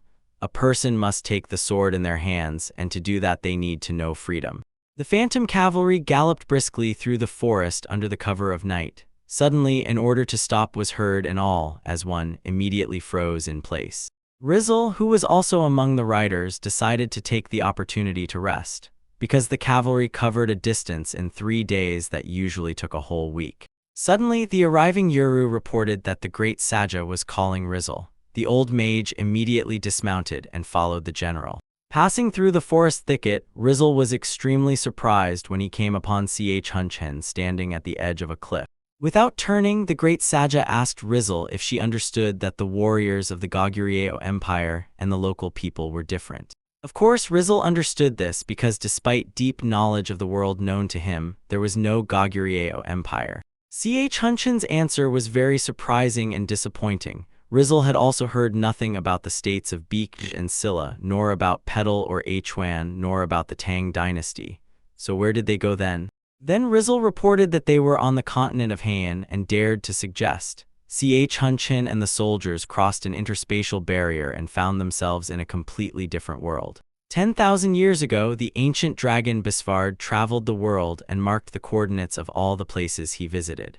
There was a spell called teleportation that allowed one to move through space between these coordinates. However, the mentioned states of Hunchin were not at any of the coordinates, so Rizzle assumed that they came from another dimension. The great Saju was very interested in this ancient dragon. How was he able to prove that he had been in every corner, and why did Rizzle believe this so blindly? Then Rizzle explained that dragons are an ancient great people, whom no army in the whole world can approach. Smiling, Hunchin pointed to the emblem on his chest. It depicted the raven Samjoko, a divine beast that fed on dragons. Passing by the great Saju, Rizzle advised not to fear the strange lizards. He was the one who would destroy them. Going out to his soldiers, who obediently awaited the return of their leader, Hunchin finally realized they would not return back. A reconnaissance squad led by Kavrion skillfully covered the distance to the fortress gates. Helping each other up, the soldiers managed to climb the wall and then quickly and quietly moved towards 2 guards who did not even notice their appearance. The first guard died quickly. The blade pierced through so that the poor man did not even have time to scream. Quickly, Kavrion clamped the second guard's mouth, pressed a finger to his lips, signaling to the guard that he must not make a sound if he wanted to stay alive. The guard resolutely nodded. Kavrion promised to leave the guard and even fulfill any of his wishes if he honestly told how many were within the security. As soon as Kavrion withdrew his hand, the guard immediately reported that there were 12 guards and 5 more in reserve in the building behind the wall. Satisfied with the answer, Kavrion asked what the guard wanted. Awkwardly flinching, the guard asked him not to punish him, and after thinking a bit, asked for money and a horse to get away from here as quickly as possible. Kavrion agreed without a shadow of doubt, and a joyful smile flashed on the guard's face. He could hardly believe his luck. But the smile vanished instantly as Kavrion's blade plunged into the guard's chest. Light signals were sent from the fortress wall to the horsemen hiding in the forest thicket. Seeing the signal, Hunchin ordered to move quietly and quickly. They were going to attack only Baron Elvin's estate. Touching ordinary people was forbidden. Kavrion's reconnaissance squad quickly dealt with all the guards on the fortress wall and lifted the grate. Therefore, the horsemen entered the late Baron Elvin's estate without any problems. Hunchin praised Kavrion and his squad and gave the order to advance to the next gates. The soldiers immediately rushed to carry out the order. As soon as Kavrion and his men disappeared from sight, Hunchin divided the horsemen into squads. They were to disperse and head to the castle. If the squad suddenly encounters a patrol, destroy on the spot without unnecessary talk. As soon as the squad reaches its positions and hears the signal horn, the assault on the estate can begin. As soon as the orders were given, the horsemen set off for the castle, trying not to make unnecessary noise. Meanwhile, Rizal, together with a small detachment, remained in the forest by order of Kunchin until the battle ended. His task was to find out which of all the loot was the most valuable, since Chingchen stormed the estate solely for profit. Moreover, Rizal needed to find books and maps that would help Kunchin and his people survive in these lands. Sitting by the fire and thoughtfully gazing into the flames, Rizal concluded that Kunchin had indeed decided to settle in these parts. Suddenly, a strange sound rang out like the whistle of an arrow flying. At first, Rizal and the other soldiers thought it was the signal to begin the assault. Suddenly, Rizal's eyes widened with horror as he finally realized what exactly was the source of that sound. Without unnecessary words, he suddenly rushed to the horses, and meanwhile ordered the soldiers to immediately move out to the castle. Of course, the soldiers did not understand why there was suddenly such a rush, but they did not contradict or stop the mage. Releasing the horse, Rizal scolded himself for carelessness, had no idea that there was a mage liaison in the castle. The fighter who was nearby tried to calm the old mage, assuring him that they would deal with the mage before he could send the message. And Rizal was clearly not satisfied with such a turn of events. Jumping on a horse, he rushed with all his might to the estate while the soldiers hastily began to mount their horses. Of course, Rizal perfectly understood. The mage had to be stopped before the news reached the capital, otherwise no one would leave here alive. The phantom cavalry led by Kunchin could indeed break through the main gates of the castle and burst into the nearby territory. But immediately a squad of spearmen jumped out to meet the cavalry. A fierce battle flared up. The defenders were caught by surprise, so they repelled the attack as best they could, but the numerical advantage was not on their side. The riders were ordered to kill everyone who offers any resistance. No one was to survive. Fierce battles raged throughout the territory adjacent to the castle. The ranks of spearmen were melting before their eyes.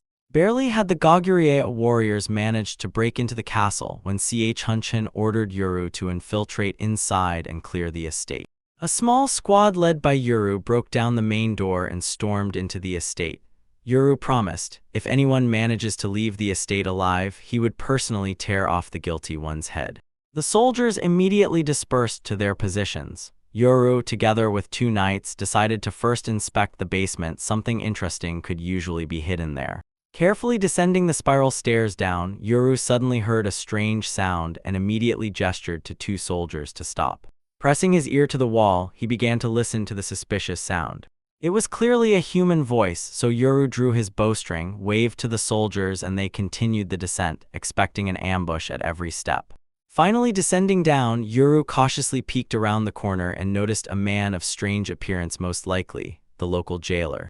Without much thought, Yuru fired. Groans were heard, followed by a dull thud. Since the dungeon was quite dark, Yuru ordered to find a torch. When the light illuminated the dungeon, Yuru and the soldiers found the jailer dead. An arrow pierced him through and pinned the poor man to the wall.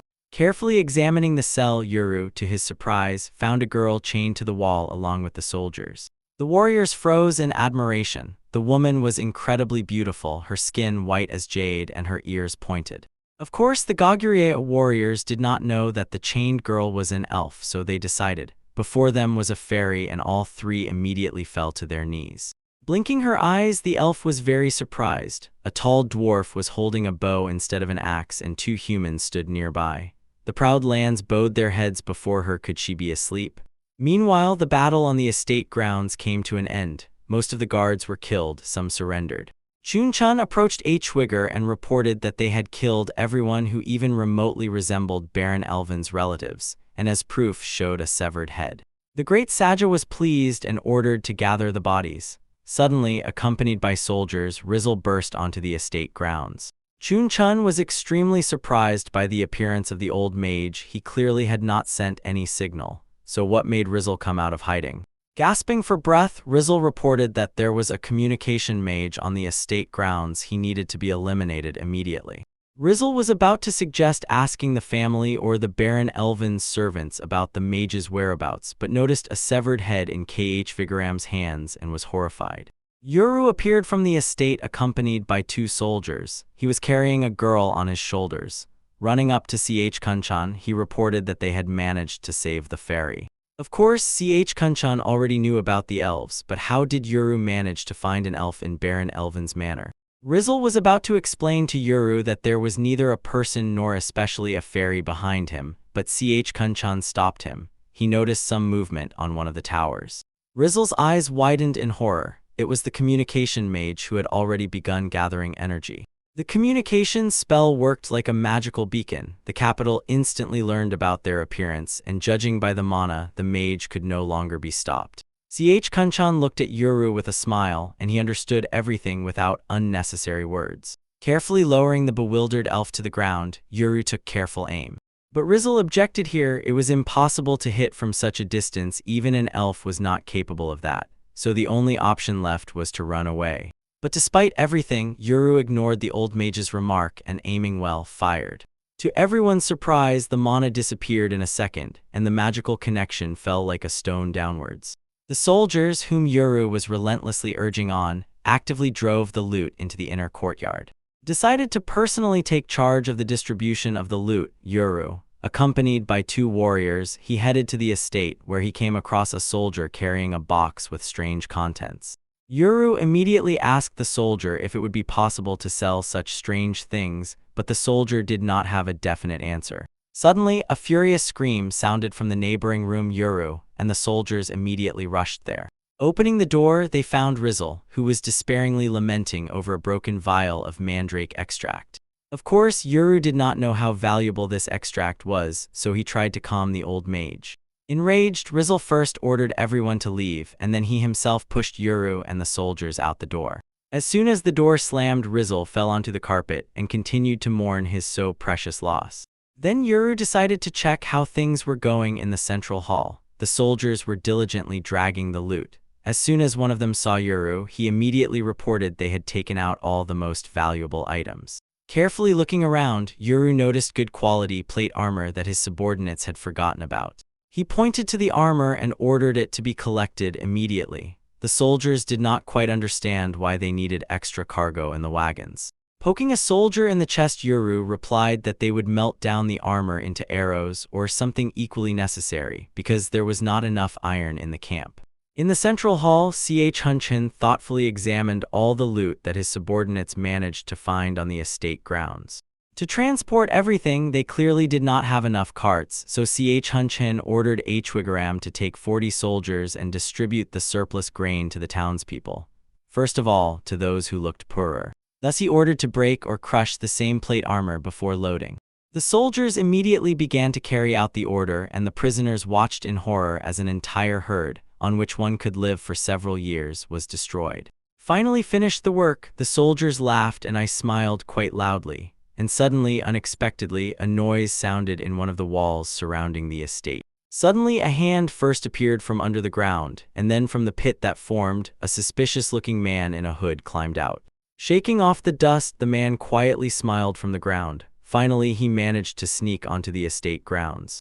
Having taken off the hood, the man only then noticed that several dozen surprised people in impressive armor were looking at him. The man drew his sword, introduced himself as Gerard Gramov, and, smiling, ordered the Kaguryo warriors to attack. To his surprise, not a single soldier moved. Only when Kunchan gave the order to seize Gerard did the soldiers move. Gerard was disappointed by how he was treated. The best mercenaries bowed their heads as soon as they heard his name. He is a majestic treasure hunter on the continent, one of the 10 best swordsmen, Gerard Gramov, and this is how he is received. But Gerard had no time to properly finish his bravado when about 10 arrows, flying past him, hit the wall. One of them even scratched his cheek. Understanding that the numerical advantage was clearly not on his side, and the opponents were serious, Gerard threw down his sword, deciding to surrender. The soldiers, fearing that Gerard might do something foolish, aimed their weapons and tied him up. And although Gerard had traveled across the entire continent, he saw people with black hair and eyes the color of a raven's wing for the first time. His thoughts were interrupted by hammer blows. The soldiers were destroying another batch of plate armor.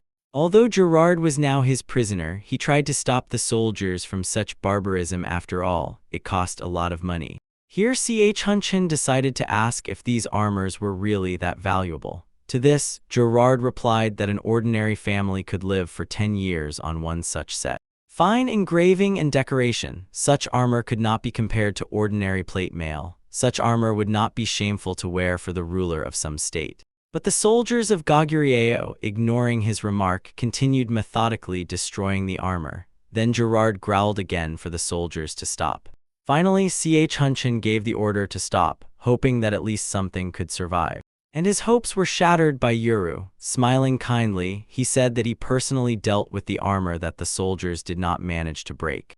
Gerard was broken, his carefree life was crying. He, a treasure hunter, usually earned by clearing dungeons. While the war lasted, he tried not to stand out and got by with small jobs. Hearing that Baron Elvin led the troops to the Laganza Mountains, Gerard came here to earn some money. For him, the greatest hunter on the continent, robbing an empty house was a piece of cake, but everything went off plan.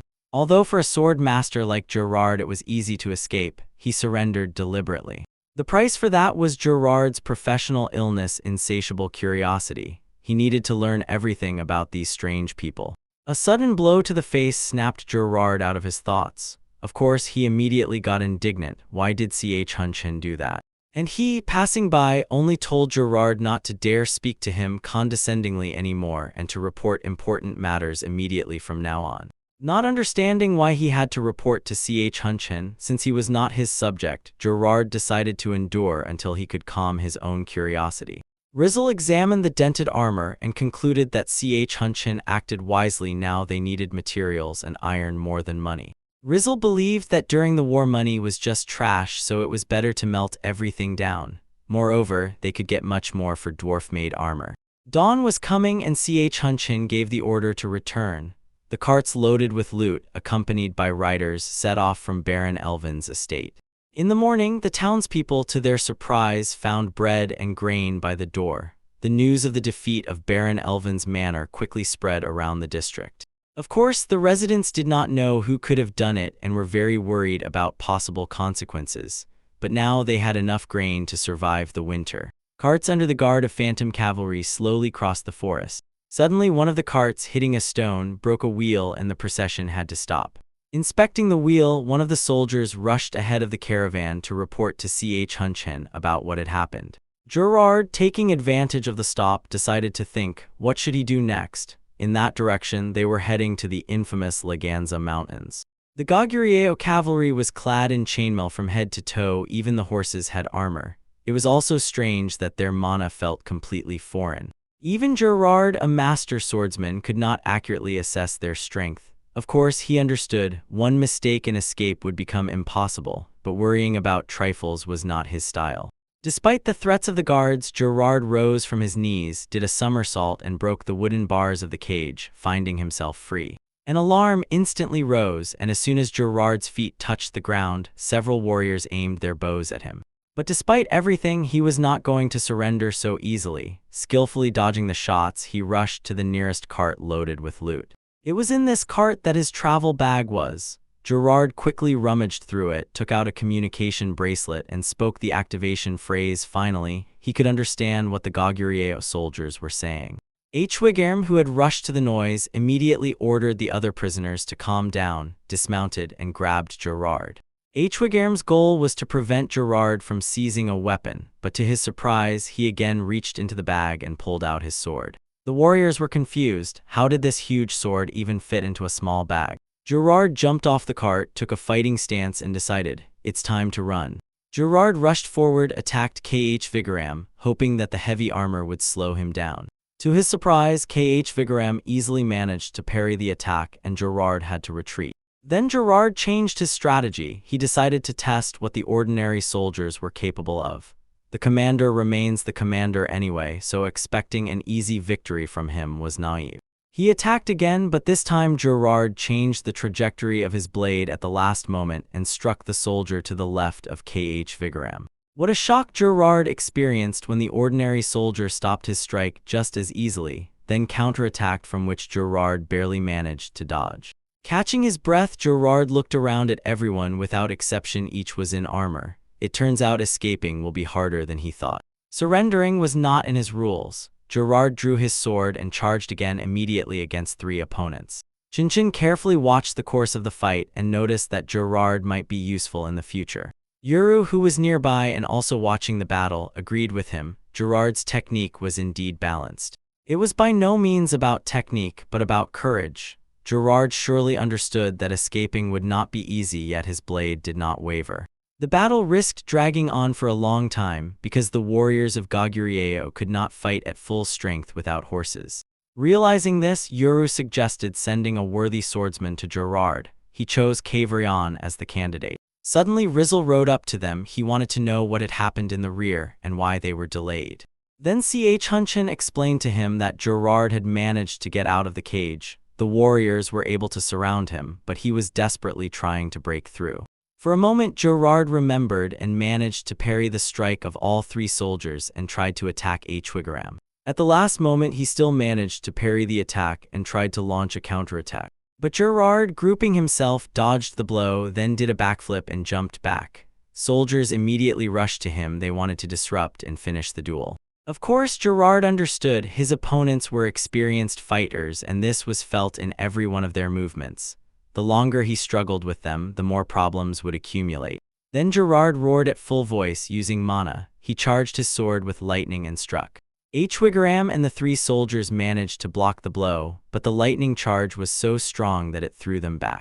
Gerard was stunned. The warriors managed to block his sword even without charging their weapons with mana. Still, he was no longer going to conserve his strength. Finally, Rizzle understood who stood before him, and his mouth dropped open in surprise. For it was Gerard Thunder, one of the top 10 best fencers on the continent and the only sword master among the free knights. The soldiers tried to stop Gerard, but he scattered them like kittens. He knocked one to the ground and was already raising his sword to deliver a deadly blow. But an unexpected strike from the side, which Gerard still managed to parry, pushed him back. He did not understand what was happening. How could someone stop his two-handed sword? Before him stood Kavrion. He introduced himself and immediately declared that he wanted to fight Gerard one-on-one. Then Gerard called lightning again, but Kavrion did not even raise an eyebrow, although the soldiers behind immediately grabbed their swords. Gerard was furious. Could it be that his opponent did not take him seriously? Anger gave him strength. The lightning covering the sword grew brighter, and the ground beneath his feet gave way. Kavrion was satisfied. This is what a true sword aura looks like, but Gerard did not understand which aura was meant. And Gerard did not waste time talking about it. He immediately rushed into attack. Shifting his weight to his left leg, Kavrion prepared to strike. And when Gerard was ready to deliver the blow, Kavrion, swinging, made a counter lunge. By a miracle, Gerard managed to gather himself and avoid the strike. He retreated, trying to attack from behind, but Kavrion managed to parry the lunge. Despite all the power Gerard possessed, the blow was so strong that it threw him backward. Kavrion did not move from his place. He only smiled, and then he already turned around. It seemed he was about to leave. Of course, Gerard immediately got indignant. What does all this mean? How dare the opponent ignore him? They had just started the duel. And Kavrion did not even think of retreating. He intercepted the sword, took a fighting stance, and began to concentrate. Gerard immediately felt changes in the air currents. Could the opponent be about to use mana? At once he dropped the sword and summoned lightning again. Gerard prepared for an attack. Suddenly, the air around him seemed to freeze. In a second, he was hit by a gust of wind. The sword broke in half, and behind him, a rumble thundered. He looked back and Gerard laughed wildly. A few meters behind him, the trees were cut down. Yet Gerard expressed respect for the opponent's skill. Kavrion responded with mutual courtesy. Turning around, Gerard passed by Hwigaram and the soldiers, cursing that this trick cost him too dearly. He rushed past a cart with shattered armor. Gerard threw the remains of the sword there and returned to the cage. Comfortably settled on the floor, he gave orders like a commander to move forward. But Hunchin was extremely dissatisfied with the prisoner's behavior and ordered him to leave immediately. For the rest of the way, Gerard, cursing himself for recklessness, ran behind, tied to the cart. Under the cover of night, 3 soldiers cautiously crept to the forest edge and began digging the ground with knives. One of them exclaimed joyfully and carefully pulled a small clay pot covered with cloth from the ground. Suddenly, a small shadow blocked the moonlight for the soldiers. Screaming in fright, the soldiers, without raising their heads, began to ask for forgiveness. The soldiers had already decided, since Buru himself caught this unattractive business, punishment was inevitable. But they were just taking the leftover grain to make some alcohol. But righteous punishment did not happen. Then one of the soldiers dared and slowly raised his gaze. Instead of Buru, one of the stone brothers with a red beard named Galling looked at him in surprise. Taking a sip from the cup, Galling wiped his beard with his sleeve contentedly. The drink the soldiers offered him turned out not to be so bad. It rather resembled a broth, but it was quite easy to drink. The soldiers explained that they had mistaken Galling for Buru, that's why they were so scared. Galling laughed good-naturedly, and the soldiers prowled so suspiciously that he and his comrades took them for enemies and decided to follow them. Still, the soldiers wanted to know, did Galling and his comrades like the local drink? Of course, the drink was not bad, but looking at each other, the dwarves said in unison that they liked beer more. The soldiers opened their mouths in surprise. They did not know what beer was, so they asked Galling to explain. The dwarves tried to explain as best they could, but the soldiers never got any clarity about that unknown drink. Then one of them sighed sadly and said that he would like to try a strange drink someday.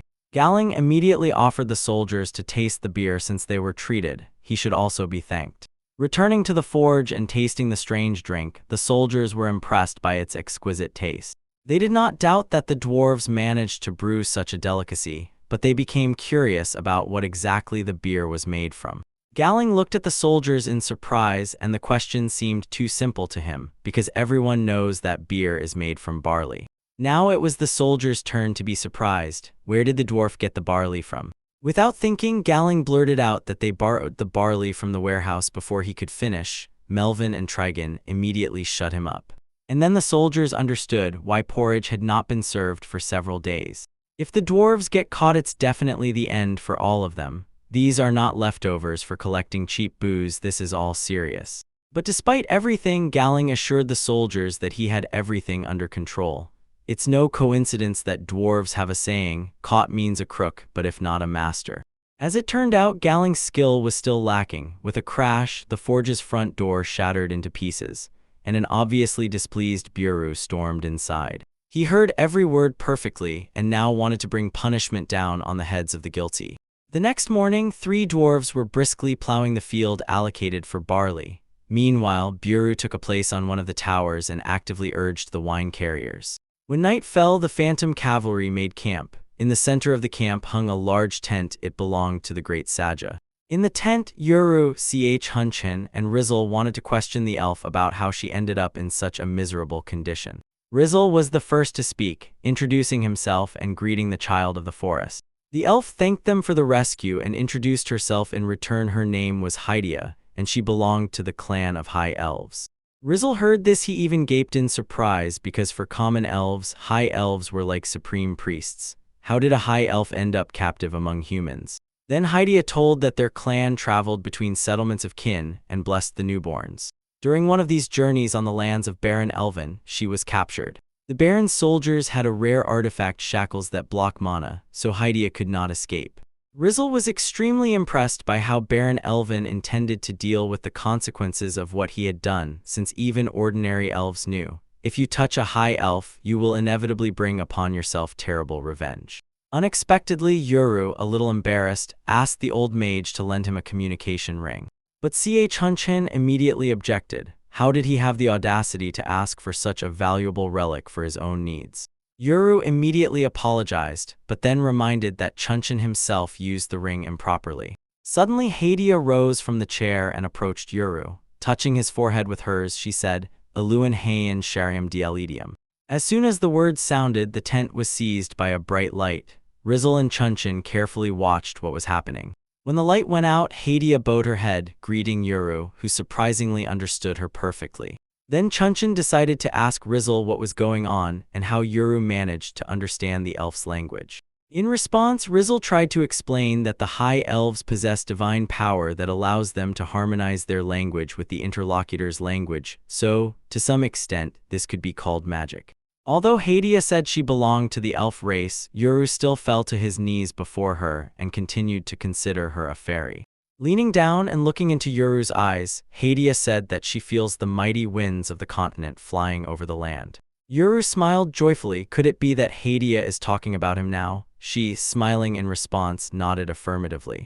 Then Hydia looked at Rizzle, asked him not to hurry, and said that someday he will overcome obstacles on the path to enlightenment and achieve harmony with eternity. Bowing his head, Rizzle thanked the elf for the guidance. Slightly not understanding what was happening, Chunchin decided to ask what exactly Hydia was doing. To which Rizzle replied that one of the features of the High Elves is the ability to see the essence of things. Kneeling down and looking into Hydia's eyes, Hunchin asked what she saw in his gaze. Hydia found it difficult to answer this question, for in Hunchin's eyes she saw only emptiness and nothing more. Hearing this, Yuru burst out with a ringing laugh. Could it be that Hydia wants to say that their general's head is empty? But Yuru did not laugh for long. Hunchin quickly silenced him, and then simply dragged the unconscious body away from the tent. The next day, the ghostly cavalry led by Hunchin had to cross a gorge. When they had already covered more than half the way, suddenly a command to stop was heard. Ahead of them stood a whole horde of orcs blocking the path. The leader of this pack of orcs was Bubekal, son of the very Mukabel who died at the hands of the Goguryeo warriors. Yuru immediately ordered the archers to retreat and personally led the ghostly cavalry, which had advanced forward to the left flank. Noticing this rearrangement, Bubekal immediately called the orcs to gather together, but unlike Mukabel, who left passages for the enemy, Bubekal blocked all paths for the cavalry without exposing his warriors to fire, especially since this time there were only a dozen riders against them. Yuru galloped at full speed, not understanding at all what was happening and why the orcs had gathered in one group. Hydia, sitting behind Yuru, noticed, one cavalry unit cannot break through such a dense formation of orcs, so why are the riders breaking through headlong instead of waiting for reinforcements? Asking Hydia to hold the horse, Yuru raised his bow and took aim. The riders behind him did the same. Hydia was extremely impressed. Yuru sat in the saddle with extraordinary confidence. Even though he had released the reins, even elves did not achieve such unity with their mounts. Looking back, he asked Hydia to hold on tighter. She immediately pressed closer to him, and Yuru himself, smiling, fired. The shot was perfect. The arrow struck the orc right between the eyes, and as soon as he fell, the mounted riders tore through the air with a volley. Every arrow hit its target. Hydia's amazement knew no bounds. The arrows shot by the children of nature were guided by the very elements, yet in these arrows she felt not a hint of the spirit's power. Hydia also noticed that the technique of the Goguryeo warriors was different. Even at full gallop, their arrows flew faster than the elven ones. The orc formation scattered, monsters pierced by arrows fell, crushing those who still remained beneath them. Bubekal fell to the ground and could not believe that humans were capable of shooting a bow at full gallop. Before Bubekal was forever buried under the bodies of his comrades, he saw his father's face one last time. Therefore, the tech still managed to survive in this hell, but the riders immediately caught up, leaving no chance for the orcs. But what impressed Gerard the most was precisely this battle tactic. He had never before seen heavy cavalry shooting bows while mounted. Even Imperial Knights were not capable of this. Finally, Gerard realized that all 150 Goguryeo warriors were knights, and each of them was at least equal to a son of the sword. Those who embarked on the path of the sword began as squires, and later became skilled fencers. When they mastered the aura, they were called sword warriors, and later sons of the sword. The final level was sword master. Across the continent, there were only 15 such people, including Gerard himself. That is why Gerard was so stunned, because even if you gathered all the sons of the sword on the continent, there would barely be 200 of them. Crouching behind the wagon, Gerard wandered in his thoughts. The Laganza Mountains are among the harshest for life, so where could an entire state come from in this wilderness? Gerard did not notice that the cart had stopped. Still lost in thought, and pain struck him. Rubbing the bruised spot, Gerard was about to complain why had they stopped. But as soon as Gerard raised his gaze, his mouth opened in surprise. In the middle of the Laganza forest stood a fortress. They announced the arrival of the great Sagi, and the guard immediately opened the massive wooden gates. Entering the fortress grounds, Gerard froze. On both sides of the road for a long stretch stood soldiers fully clad in armor. This was how they came out to meet their leader. Buru bowed his head, greeting Kunchan. He carefully surveyed the surroundings and was satisfied. Finally, this place looked like a real village. Smiling quite a bit, Buru looked at the three dwarves behind. Their appearance left much to be desired. Noticing the dwarves Hunchin, he asked what had happened to them, but Buru assured that there was nothing to worry about. They just had to work a little on their upbringing. Finally, Buru noticed Gerard, tied behind the cage, and decided to inquire who this dirty ragamuffin was. Nodding at Gerard, Hunchin cast an unfriendly glance and explained, "He is a tomb raider and quite skilled with a sword." Buru's eyes widened in surprise. Could it be that he heard words of praise from the mouth of the greatest Saji himself? Approaching closer, Buru decided to find out the name of the one Hunchin was praising. Gerard introduced himself, but instead of a greeting, he received a blow right to the jaw. Not understanding what was going on at all, Gerard tried to retreat, but Buru deftly tripped him and knocked him to the ground. And then he mercilessly began to beat Gerard, all because Buru did not understand the name and decided the stranger called him a fatso. That's why he flared up. Watching what was happening, Rizal could not understand why Buru was so cruel, since Gerard had simply said his name. Hunchin, who was also observing what was happening, ordered Gerard to be hanged. Of course, Rizal tried to object. After all, Sir Gerard was a master swordsman, but Hunchin did not listen to him and simply left. At sunset, wandering the fortress grounds among the still unfinished buildings, Rizal was drawn by a scream and cursing. Digging to the source of Rizal's noise, I came across Gerard hanging upside down. Chunchin was nearby. Despite Gerard's swearing and threats, the great Saja remained calm. Then he swung his sword. Rizal immediately shouted, trying to stop Chunchin. He wanted to know why the great Saja was acting this way. Chunchin stopped the sword a couple of centimeters from the prisoner's face, then, without turning, replied that Gerard needed to be finished off right now, so there would be no regrets later. Then Rizal tried to object. After all, Gerard Thunder was famous on the continent, and his murder would have consequences. But Chunchin was not worried about the consequences. He had brought Gerard to the fortress not to show off. As it turned out, Gerard refused to serve Chunchin, and for the one who lost in battle, the choice was small: serve the victor or die. Until now, Chunchin had only kept Gerard around because he could be among his top 10 strongest warriors, but since Gerard refused to be ceremonious, there was no point in continuing. Gerard immediately flared up with indignation. He was one of the 15 sword masters on the continent, so to think that among the Goguryeo warriors there would be 9 men stronger than him was foolish. According to Chunchin, he was still too inexperienced, though talented, but if Gerard joined him, he would fully reveal his potential. Gerard could not tolerate such an attitude toward himself. He was a sword master, yet they treated him like an object. Better death. Then Chunchin, swinging his blade, cut the rope with one motion, and Gerard, cursing, thudded to the ground. Then Hunchin raised his sword upwards, and he was enveloped by a pillar of colorless aura. Rizal even exhaled in surprise. Hunchin managed to summon invisible aura blades without any mana attribute.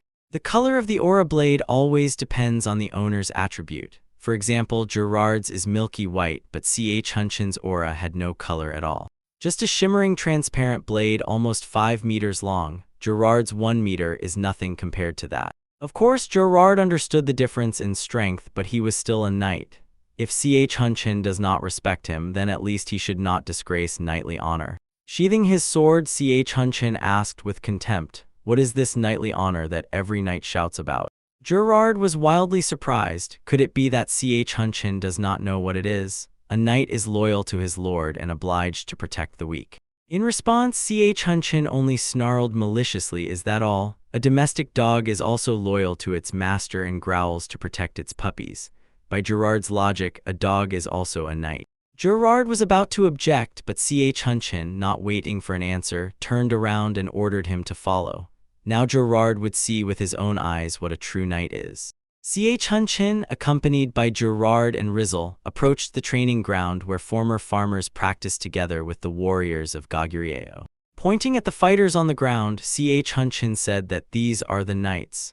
But Gerard did not understand what he meant. It looked more like a rabble than knights. The fighters noticed that the great Saja himself had come to watch them and immediately got in order and lined up in ranks, awaiting orders. Pointing at the fighter in the first row, Chunchin asked why he was here. To which the former farmer, without hesitation, replied that it was to defeat his enemies and protect the country, because then he could save his family. Then Chunchin asked the fighter why he needed to fight, since he could die in battle, but if he surrendered, both he and his family would remain alive. And the fighter answered that this was simply impossible, because then they would lose their will. Gerard was very impressed by this answer. Abilities were so-so, but the boy had spirit. Yet despite everything, any knight academy teaches this. Of course, Chunchin agreed with him, but 3 months ago the people before them were ordinary farmers. If Gerard valued the empty title of knight so much, they would not keep it for him, but Chunchin asked him to remember one thing. Everyone takes up the sword for one reason, and the title of knight does not make it special. Before him, people grabbed weapons to protect the country they built. Only Gerard could decide whether to stay or leave, but Chuncheon warned him, if he still leaves the fortress, there will be no mercy at the next meeting. The next day, Gerard was walking around the outskirts, turning over in his mind everything that had happened yesterday. Gerard's attention was unexpectedly drawn to children who, to his surprise, were training in archery. As it turned out, the children were given bows by the soldiers, but why exactly they did this Gerard could not understand. It turned out the children just wanted to protect their mother, and according to the soldiers, one must know how to fight to live freely like now. Seriously looking at the boy, Gerard was already about to scold him, but then Rizzle called out. The old mage wanted to talk, so he suggested taking a walk. Leisurely strolling around the outskirts, Gerard suddenly asked where the warriors of Goguryeo originally came from. Rizzle did not know the exact answer but could only assume they are just like all other people, only their way of life differs. Here Gerard pondered, what should order be like? If the nobility wields the pen and the sword to rule the commoners, what will happen when the commoners master both? Who will suppress the rebellion, and how will the nobility survive? Then Rizzle explained that the Goguryeo Empire highly values strength, but their thoughts are clear. When Rizzle asked Chuncheon if he was not afraid of a rebellion by teaching commoners literacy and martial arts, Chuncheon only smiled in response. You just have to make sure that a rebellion does not happen. If people do not know why they take up the sword, then they will not achieve victory. They do not understand what they are defending and why they fight. Such a victory is worthless. So people must know and be wise so that the ruler does not make mistakes in the future. Gerard immediately got upset. He could not understand what this even meant, but Rizzle replied that these are just the thoughts of a man he calls the Lord. Rulers have duty and responsibility, and if they make fools of the people, it will lead to the ruin of the ruler and the country. After several days, Chuncheon decided to inspect his possessions. Slowly strolling, he was immersed in thoughts about their future. Suddenly, Gerard came out to meet him. After long deliberations, he still decided to accept Chuncheon's offer and stay.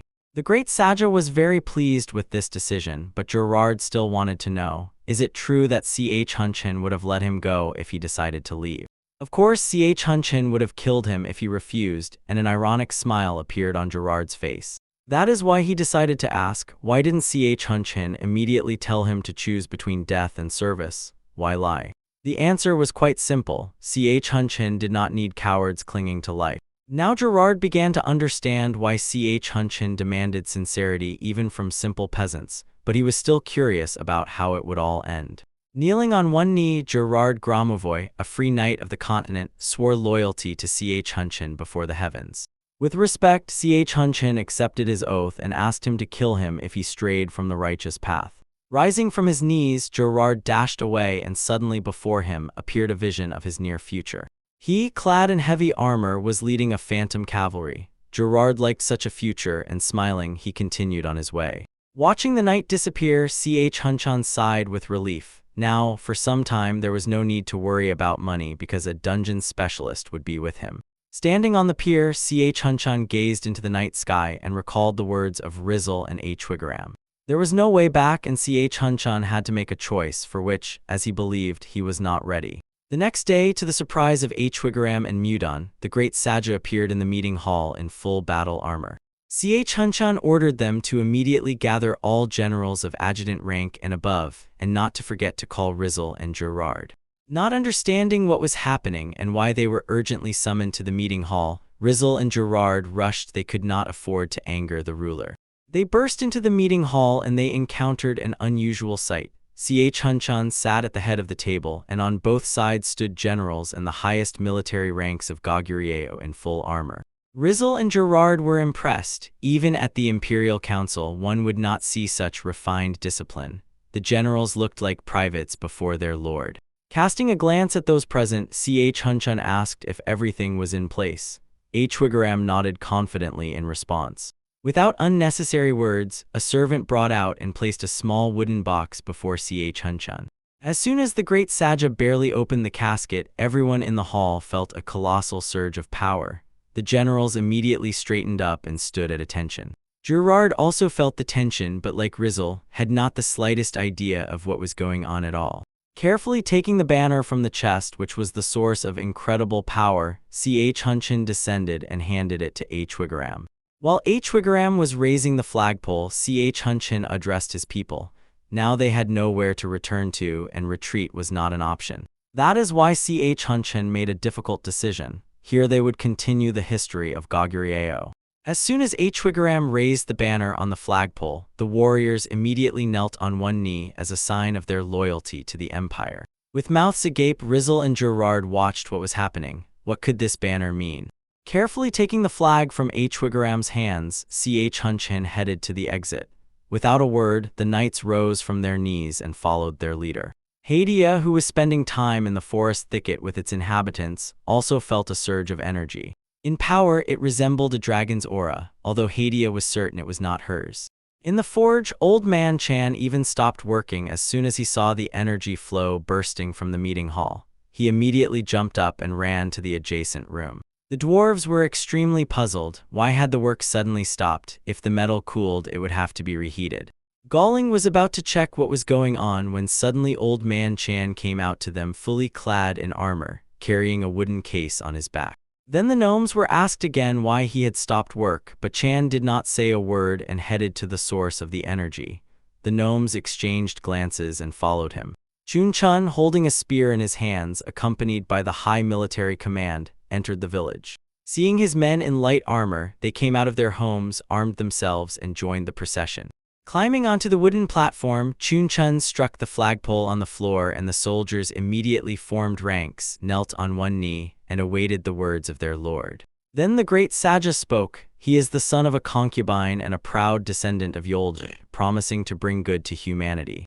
To anyone who disobeys and betrays, he will be merciless and will bring down upon them the iron hammer of justice. Under the banner of the three-legged crow, Chun Chun, ascending the throne of Yolj, swore to the heavens to destroy enemies with the iron hammer and to be a shield for his people until the end of his life. Old Chan stepped onto the wooden platform, knelt on one knee, and handed Chun Chun an open case. From the case, Chun Chun pulled out the symbol of power in the Goguryeo Empire, an elegantly forged sword, which immediately radiated a priceless aura. Raising the sword upward, Chun Chun declared, "The Goguryeo Empire will not be a country ruled by Yolj, but a country that Yolj protects." The generals, ordinary soldiers, and even the villagers burst into joyful shouts. Hadia, who was observing everything from the side, stepped forward and knelt, which incredibly surprised the dwarves nearby, for the highest elves bow to no one, not even dragons. Kneeling down, Hadia thus expressed honor to the person who surpassed harmony itself and illuminated this world. Soldiers celebrated under the night sky, shouting toasts to Goguryeo. The bright drink poured into cups under the crackling of the bonfire. Leaders shared a moment of silence in the very heart of the camp. Hot alcohol warmed bodies in the night chill. Ilchai smiled warmly, not letting the cup slip from his hands. The commander asked what made him change his decision. In response, only a calm smile and the flickers of the flame. The question hung in the air and left a slight surprise behind. The leader recalled the girl who grew up in this hell without love. The army tried to turn the wild lands into a semblance of home. The giant Buru and Yuru were already competing to see who would drink more. The ruler admitted his goal is to protect the freedom of new people. Ilche caught every word, not taking his eyes off the leader. Ruins appeared before his eyes. He could not allow this power to fade. Clenching the jug, he swore to protect what he had. The men drank to the loyalty that led them forward. Nearby, young Kaveron watched the black flag. The red dragon on the cloth made his heart beat wildly. Gerard's rough voice interrupted the thoughts. The youth responded with an insult. The giant instantly flared with rage at the boy's audacity. He demanded to stop childish whims and behave like a warrior. Kaveron clenched his teeth, barely holding back an angry scream. Calm Liar climbed into the conflict with a jug in his hand. The young man rushed to him, seeking refuge from the tyrant. He begged to be saved from this mad shorty. The liar could not believe his own ears at such a comparison. Quirion poked the huge Gerard with his finger and called him small. The situation turned absurd and made the liar nervous. The giant lectured that discipline is the only way for young men. Gerard's aura darkened, becoming truly terrifying. Quirion burst into hysterical laughter, never sensing the danger. The liar froze in cold sweat, realizing the consequences. A giant shadow covered the brave man and made him pale. One short roar made the liar fall face first into the dirt. The young man realized this evening would be his last. Under the executioner's supervision, both culprits were banging their heads on the ground. The punishment was harsh, standing on their heads until dawn. Gerard dashed away, leaving them in a humiliating pose in the middle of the camp. Quirion cursed fate, while his comrades sighed philosophically. The dawn painted the mountains in violet shades. While the camp slept, the two punished still maintained their balance. Exhausted bodies finally fell to their knees under the Watcher's supervision. Quirion's attempt to cheat again ended with another blow. His belongings scattered on the ground along with the hiking bag. The young man froze and collapsed weakly on the grass. The iron hand forced him to immediately stand up. The friends barely formed ranks, miraculously surviving the night. The leader passed by, giving short orders to march. The liar received a strict instruction to immediately return to the post. One wept from offense, another crookedly smiled at his own foolishness. The ruler toured the domain, dreaming of the greatness of Goguryeo. He explained the strategy, to build up strength so as not to reveal himself prematurely. Quirion was amazed the army already seemed to him invincible. The answer was firm: he was building an empire, not a sandcastle. The leader admitted the strength of the army alone was not enough to hold territories. Enemy reinforcements would easily crush their new conquests. Quirion did not understand why they distributed provisions to beggars. The plan turned out to be cruel. The nobles would seize food by force and ignite rage. The young man had already begun to feel the scale of this strategic game. The dark-haired man confirmed he acted in advance, inciting chaos. The peasants who lost their last were to hate the kingdom forever. The crowds of the destitute would inevitably come to their true savior. Thus, the foundation was laid for the future liberation army. Quirion shuddered as soon as he realized how cynical his leader was. He only smiled skillfully, playing the role of a benefactor. The silver-haired man pulled on a glove, preparing for new discoveries. His gaze sharpened and flared with excitement. The ruler wanted to uncover the secret hidden beyond the horizon. The sun flooded the walls of the magnificent kingdom of Han. The golden-haired knight confidently strode to the heart of the palace. The guards froze, allowing the warrior into the throne room. The door was abruptly opened, revealing the path to higher power. The guest knelt, demonstrating complete submission. The knight's voice echoed under the vault, greeting the monarch. King Vera Khan looked exhausted from the burden of rule. The news thundered grimly: Baron Elvin is dead, his lands plundered. An order arrived to immediately search for the guilty in the Legenzi Mountains.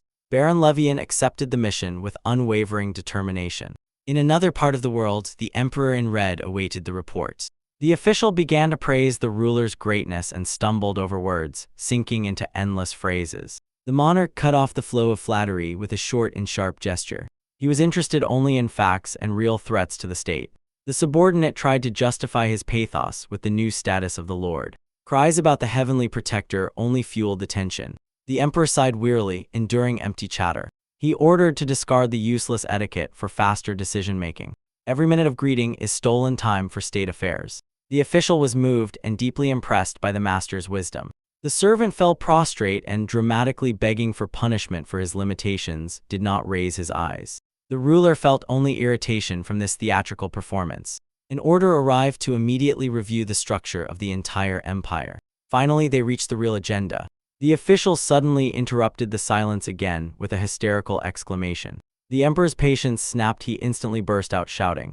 The new problem concerned the title for the young Ilchai.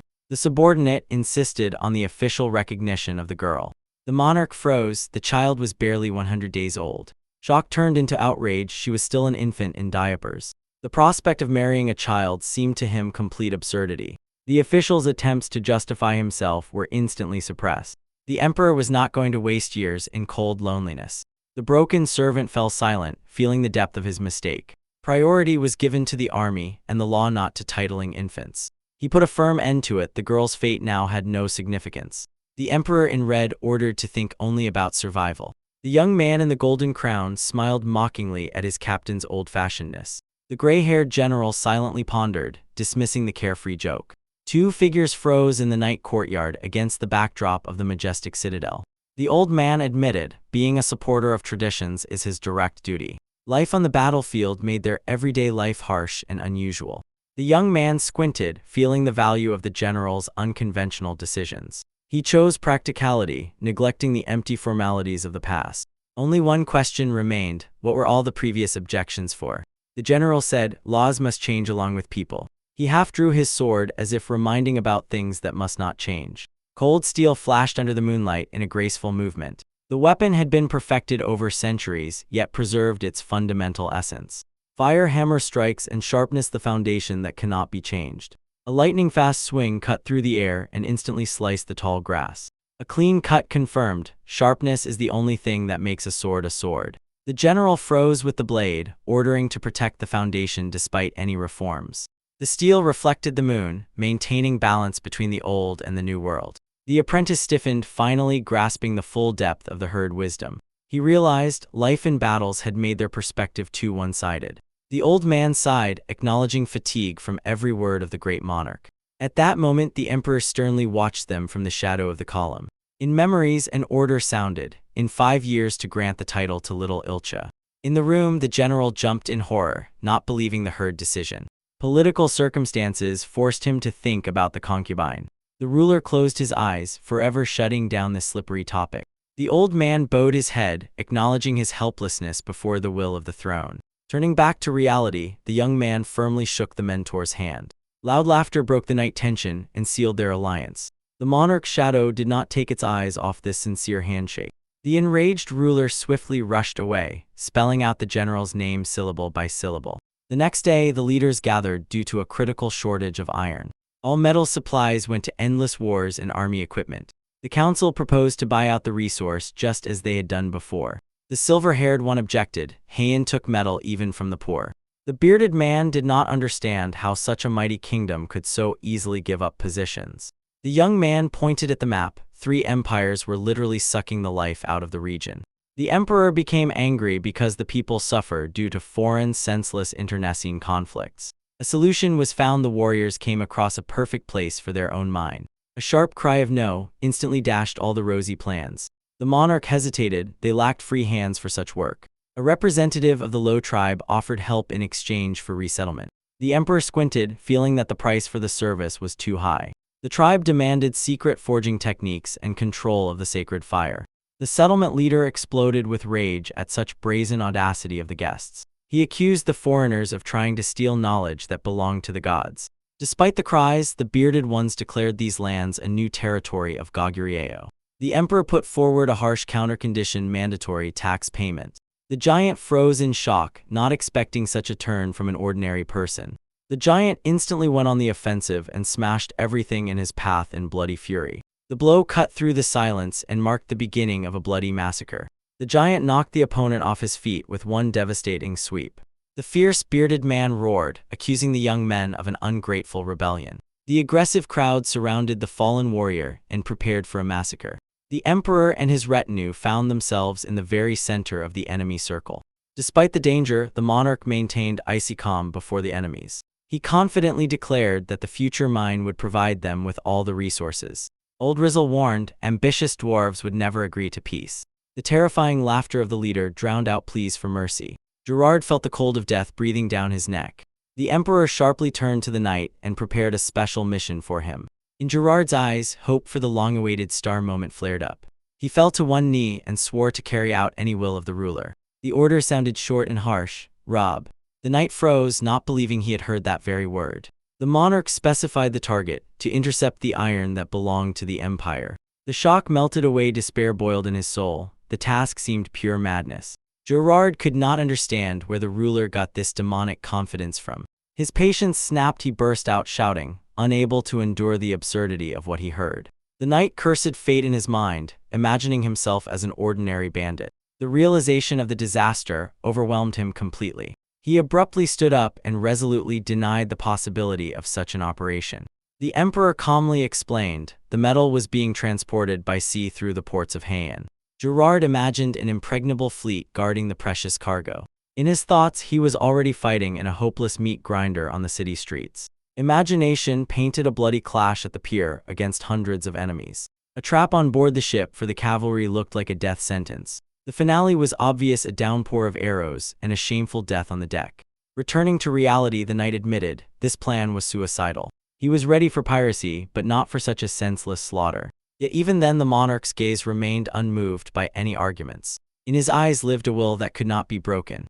The ruler confirmed the suspicion they would become pirates. Gerard assured the narrow channels would never let the ships out to the ocean. Old Rizzle confirmed the proximity of the sea, fueling the leader's interest. The plan was crazy: to drag the fleet overland by hauling. The knight protested again. Human forces would not be enough to hold the vessels. A sudden strike from Yuru knocked Gerard off his feet, cutting through the air. The giant tolerated no objections against the will of his great lord. He loomed over the frightened young man, demanding unquestioning obedience. The warrior's fury blazed. No one had the right to insult the Goguryeo fleet. Only a brief gesture from the emperor stopped the inevitable reprisal. Silence settled in the camp as the monarch pondered the next move. He admitted there was a grain of common sense in the knight's words. Rizal agreed the ships on land would simply topple under their own weight. The ruler smiled slyly. He knew much more about Goguryeo. The old sage froze in doubt, marveling at the leader's confidence. The order was unequivocal to execute it immediately. Before the group unfolded a grand panorama of the hidden port.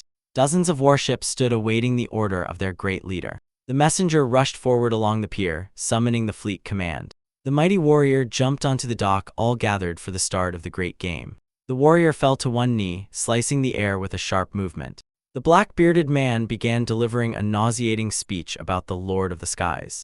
The emperor sharply and surprisedly stopped this stream of flattery. He immediately suspected that behind these words was the captain of the guard. The commander trembled confusedly, unable to justify his pathos. The monarch's irritation grew. The image of the self-satisfied captain burned his brain. The ruler took up matters and officially addressed the fleet commander. While the workers wove nets, an order arrived: prepare the ships for the Great War. The sailor's face twisted in shock. He could not believe his own ears. The emperor answered briefly and firmly, leaving no room for doubt. The commander froze in awe before the greatness of his leader. The silver-haired youth was amazed. The people believed the monarch even without a plan to go to sea. He skeptically assessed the chances of turning ordinary fishermen into killers. Having received the order, the warrior decisively moved towards his men. A smile flashed on the ruler's lips while the companions watched every step of the sailor. On the shore, the workers diligently prepared the gear, not noticing the commander approaching. A sinister shadow covered the men, forcing them to stop working and look up. Against the backdrop of the blazing sun, the commander snarled fiercely. His shout broke the silence: "We are returning to the sea." The crowd froze, realizing the scale of the fateful order. Dead silence exploded into a wild roar. Hundreds of fists rose into the sky. Warriors celebrated the end of the lake exile and the return to the ocean. From afar, the monarch and the sage listened as the army chanted about future victories. The young man thought they were ordinary fishermen, but he was mistaken. The elder noted dangerous predators were hiding beneath the masks of the poor. The giant confirmed these were true sea wolves, hardened by storms. The sage only sighed in awe, observing the crowd's fighting spirit. The giant felt that ahead lay massive battles and rivers of blood. Amid loud laughter, he called the commander back to the council. He sharply turned around, ready for the final report. A brief report confirmed 6 ships were fully ready for battle. The fishing boats turned out to be the perfect weapon for the upcoming mission. The silver-haired man tried to understand the strategy of using the strange fleet. The giant revealed the essence: flat-bottomed ships will become the key to success. The young man skeptically asked again, not grasping the advantage of such a design. The elder warned, to move these monsters overland, thousands of hands are needed. The answer appeared by itself. The convoy drove a crowd of fierce, bound orcs. Dozens of monsters obediently walked on a leash held by several soldiers. However, the young man felt that a real disaster was about to catch up. He shouted about madness on this continent. Demons were killed immediately. The emperor coldly cut off. For him, they were only working cattle. The knight froze from such icy and terrible pragmatism. The giant proposed his method to beat the monster to near death. An evil smile twisted his face. To strike with a fist, no reason is needed. He began to explain the obvious rules of raising monsters. Black-bearded warrior taught his methods of upbringing: beat to near death. He smiled at the sky. The beatings guaranteed absolute discipline and survival. Advisor in green admitted the harsh truth: now only victory matters. Bearded man grinned fiercely and suggested nailing a couple for better effect. His carefree laughter finally threw the gray-haired advisors into a stupor. The elders were pierced by cold sweat. They realized they themselves had almost become victims of these lessons. Later on the deck, the young man reported, the plan with the orcs was good, but there were not enough working hands. The emperor watched the captives, realizing they could not move from 6 ships. General Buru noted the strange silence. The monsters suddenly stopped attacking. The young man in the green cloak considered hunting orcs a dangerous folly. The attempt to dissuade the monarch was cut short by an instant curse from the enraged general. Tension among the leaders grew, accompanied by the distant noise. A loud signal from the watchtower made everyone turn towards the fortress gate. The emperor aimed his gaze from the balcony at the horizon line and awaited news. His gaze fell on a clearing sown with the corpses of green-skinned monsters. A soldier dropped to one knee, confirming the orcs had finally appeared. Puyo Jiel began the report on the skirmish near the citadel walls. The archers' arrows pierced the massive bodies of the monsters during the assault. Buru personally led the cavalry to clear the perimeter around the castle. The ruler looked with disgust at the dead Bodhisattva only lost labor force. The general listened tensely to the remarks of his dissatisfied lord. A shout of obedience cut through the air. The order was accepted for execution. The guard's eyes suddenly widened from the sudden realization of danger. Buru bowed low, confirming his readiness to correct the mistake. A squad of soldiers in a moment rushed down the stairs to combat positions. Buru's cavalry swiftly galloped along the forest path, raising clouds of dust above the road. Behind the walls, surviving civilians hid, trying to recover from the horror and rest. The general reported the successful rescue of people from pursuit.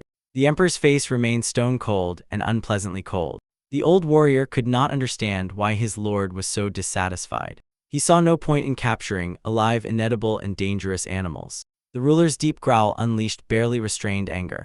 A sudden scream interrupted the heavy conversation. The rider galloped, carrying a report. The messenger galloped at full speed, shining with pride. The swordsman exclaimed joyfully, "They completely destroyed the orc squad." Buru froze. The soldier personally slaughtered those who were supposed to pull the fleet. A joyful report about the absence of living enemies sounded like a death sentence. The monarch's heavy gaze pressed the warrior to the ground, even more than any burden. The swordsman's confidence vanished instead. He was enveloped by an animalistic premonition of doom. The emperor's eerie smile made the soldiers shudder with horror. The advisors shook their heads in despair. They had already seen the finale of this scene. General Buru closed his eyes, trying not to tear his subordinate apart on the spot. Panic overwhelmed the warrior when the silence suddenly became absolutely unbearable. His face twisted with fear, and his voice broke into a hoarse whisper. He sought salvation in the shadows of the columns, but knew there was nowhere to run. The grim Buru and the executioner with the axe were already standing behind his back. The general whistled indifferently, preparing his special lesson for the poor fellow. The tired warrior knelt down and wiped a flood of sweat. He rushed away, panickingly shouting about immediate disarmament. Under the clear sky, the official reported the arrival of the rescued peasants. Before the monarch stood the farmers who had just escaped from the monster's clutches. The people explained, orcs usually retreated after the first thrashing. The emperor thoughtfully touched his face. The situation had become unusual. 4 months ago, the creatures suddenly went mad and increased their numbers. This term immediately caught the attention of the interested ruler. The advisor in the hat began to look for a connection between the dates and the chaos in the mountains. He asked Hawk how many hidden settlements there were in this region. The farmer uncertainly counted about 20 mountain villages. The strategist clarified whether all of them focused specifically on water tributaries. The accurate guess stunned those present with its devastating precision. The advisor cut off a short "understood" and finally confirmed his theory. The monarch demanded immediate explanations and the revelation of the secret of how the enemy moves. The map revealed the truth: monsters and humans had maintained a fragile balance for centuries. The advisor questioned the sage about the details of the territorial conflicts among the tribes themselves.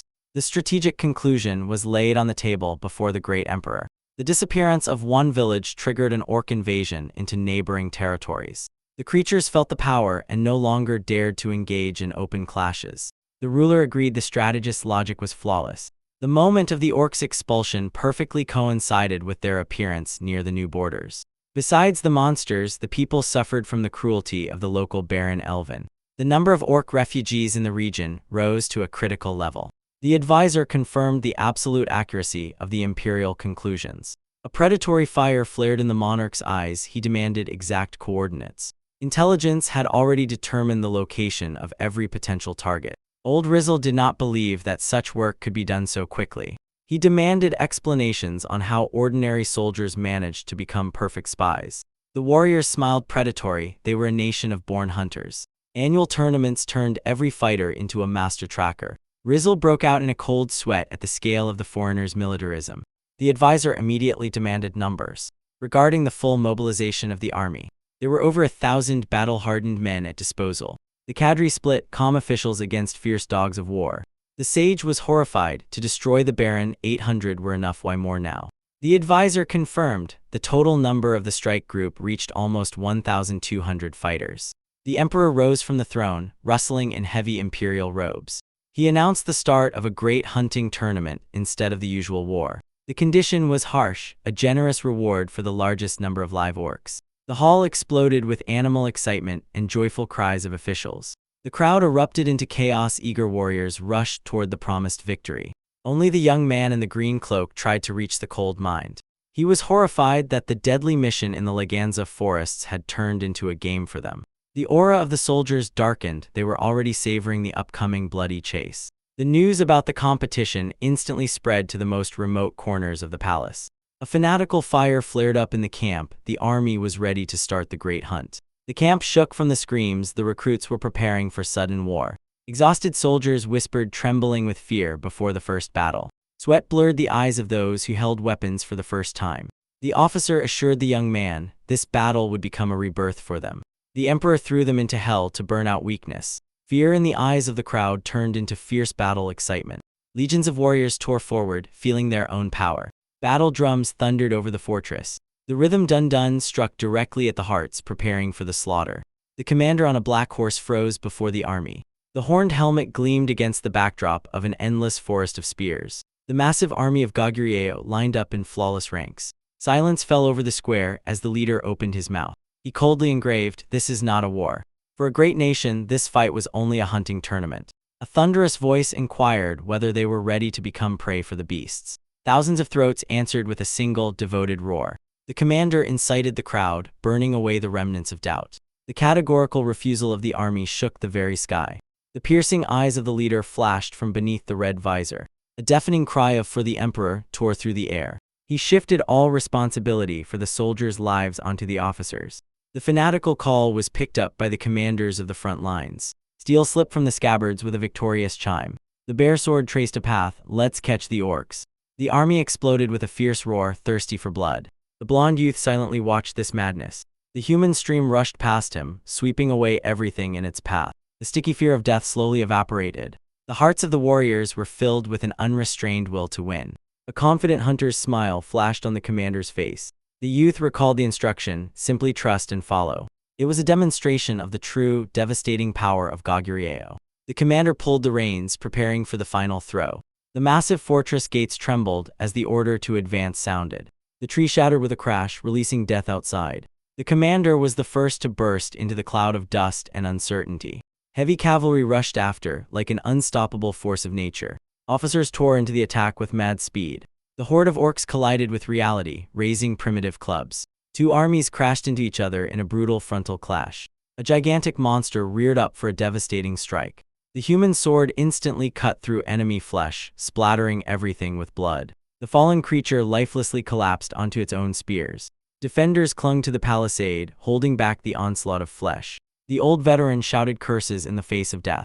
He pressed the spear with all his might into the chest of the enraged beast. Horror and rage met in the final glance. A powerful lunge threw the soldier straight into the orc's grasp. The young fighter shouted the name of the fallen comrade Milo with despair. The veteran's body was torn to pieces under the crunch of bones. The youth screamed in helplessness, dripping with cold sweat. Shock shackled the will, but the battle demanded action. The commander's order pulled him out of hell. The breach had to be held. Endurance was the only chance to survive in this slaughter. But the blue giant crashed into the barricade and smashed the logs to splinters. The defenders desperately held the barricade, choking in splashes of orc blood. The blue-haired youth screamed in horror, wiping the heavy sweat from his face. His partner panicked, begging for a million-strong horde and immediate retreat to the tunnels. Escape was impossible. The stench of the monsters would catch them anywhere. The burly warrior's face twisted with utter hopelessness and trembling. The nerves of the strong man gave out. He jabbed a finger toward the inevitable death. From above, the apocalypse unfolded. Endless seas of muscles and fury stormed the walls. He hysterically demanded an answer. Could a few people really stop this chaos? The young man was silent, only clenching his teeth until they bled, while dirt ran down his face. He mentally accepted death, preparing for his last battle. The partner kept roaring, trying to break through the wall of his fatal resolve. The last battle cry of those who were about to die rolled along the walls. The squad rushed forward, cursing the enemy with every breath. Suddenly a piercing "no" tore through the air. The defensive line wavered. The giant orc crushed the fighters with a single wave of his hand like dry leaves. A clawed paw caught the spear, and the beast's muzzle blossomed with a predatory smile. The blonde soldier froze in place. Primal terror gripped him before the predator. A devastating blow shattered his head, spilling everything around in red. Friends stared in shock at the massacre, accompanied by hysterical screams. The headless body fell into the mud, while monsters broke through the debris. The surviving soldiers helplessly raised their weapons against the steel onslaught. The blue-haired one strained his throat, trying to save the remnants of discipline. But Bell broke down. He fell, begging only for the right to live. The commander desperately tried to bring the boy to his senses, but could do nothing. Another warrior lowered his hands, awaiting a quick death from the punishers. The blonde sobbed on his knees before the enemy's shining eyes, willing even to slavery. The young man quietly exhaled, yes, acknowledging the final defeat of the human spirit. Suddenly the earth shook with the rhythmic thunder of hooves. It rolled out of the fog. He whispered to his comrade that he had brought real devils upon them. Even the orcs froze, feeling the scorching earth tremble beneath their feet. The sea of monsters began looking back, searching for the source of the unknown threat. The blue-haired one understood. This was not ordinary help, it was something much more terrifying. From the dust emerged cavalry in black armor, so much so that they resembled ghosts. The commander in the horned helmet raised his sword and gave the order to clear the area. Heavy cavalry crashed into the green mass, cutting through flesh at full gallop. The black riders swept everything away, trampling enemies with the hooves of mighty horses. One precise swing and the head of a huge orc flew off his shoulders. A cloud of dust covered the battlefield. The army was literally running over the horde.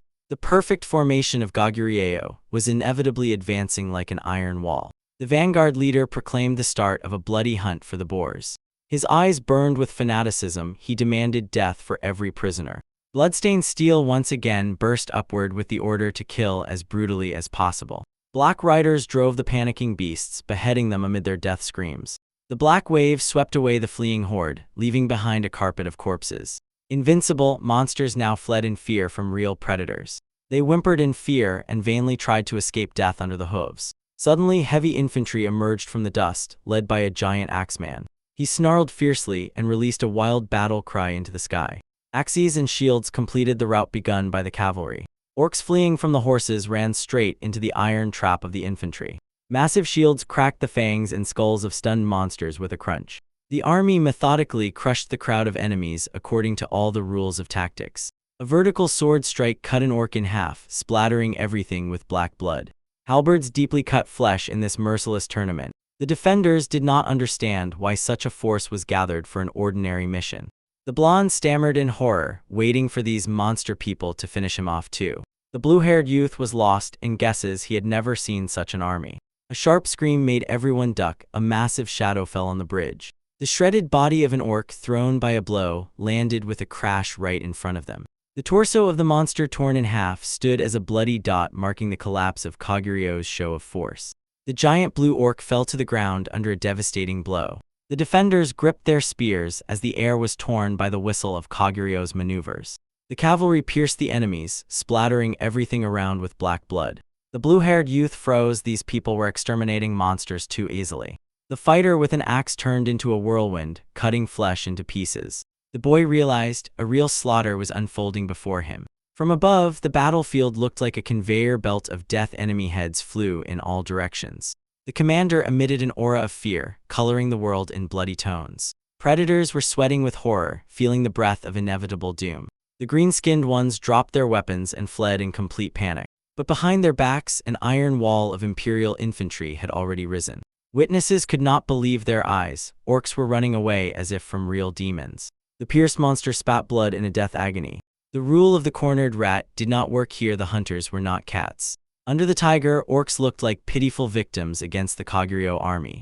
The cornered game did not even think about resistance. The metallic clatter of armor signaled the start of the final phase. The order "forward" thundered over the field, cutting through the sky. The fanatical cry of the soldiers merged with the enemy's death groans. The commander ordered to prepare for the next stage of the insane plan. Iron scythes tore into the air with a whistle, covering the prey. Heavy nets turned the orc squad into a helpless pile of meat. The bearded archer drew the bowstring, feeling the bloody excitement ahead. A hail of arrows with a piercing hum covered the targets with a solid avalanche. The tips sank into bodies, making the monsters whimper in pain. The general went mad from a headshot and demanded only anesthesia. The order was clear: aim only at the butts to paralyze, not to kill. A rain of arrows again covered the field under the coordinated hoofbeats. This time the strikes hit without fail. The orcs comically twitched from the stings. The commander taught to earn the rank of a man, one must be able to calculate strength. The infantry instantly confirmed the order with a single steel shout. Mastery required a cool head and perfect calculation. One precise move and the general demonstrated a jeweler's shot. His loud laughter signaled victory to the improvised anesthetic. He watched as his men effortlessly drove the immobilized beasts.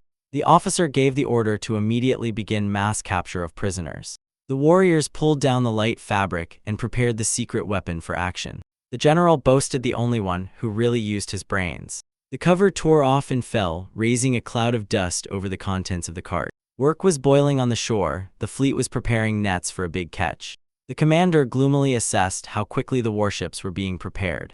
The enraged officer cut off all attempts to cool off on the pier. He demanded an immediate report why the weaving of the gear was progressing so slowly. A gigantic net covered the sunny sky, descending on the doomed orcs. The monsters screamed in the trap while the soldiers tightened the knots firmly. The fishing gear proved to be much more effective than the expensive iron snares. Commander Chan saw no difference between catching fish and capturing pigs. He clenched the axe. The time for the final reckoning had come. "Let's start the harvest," the shout flew over the bewildered victim. A blow with the flat side of the axe sent a wave of blood and dust into the air. The soldiers fanatically grabbed the sticks and methodically beat the prisoners. The execution turned into a routine, a terrible, exhausting job. The clubs kept falling on the bodies relentlessly, leaving no chance for resistance. The recruit was gasping for breath from horror, watching this inhuman cruelty.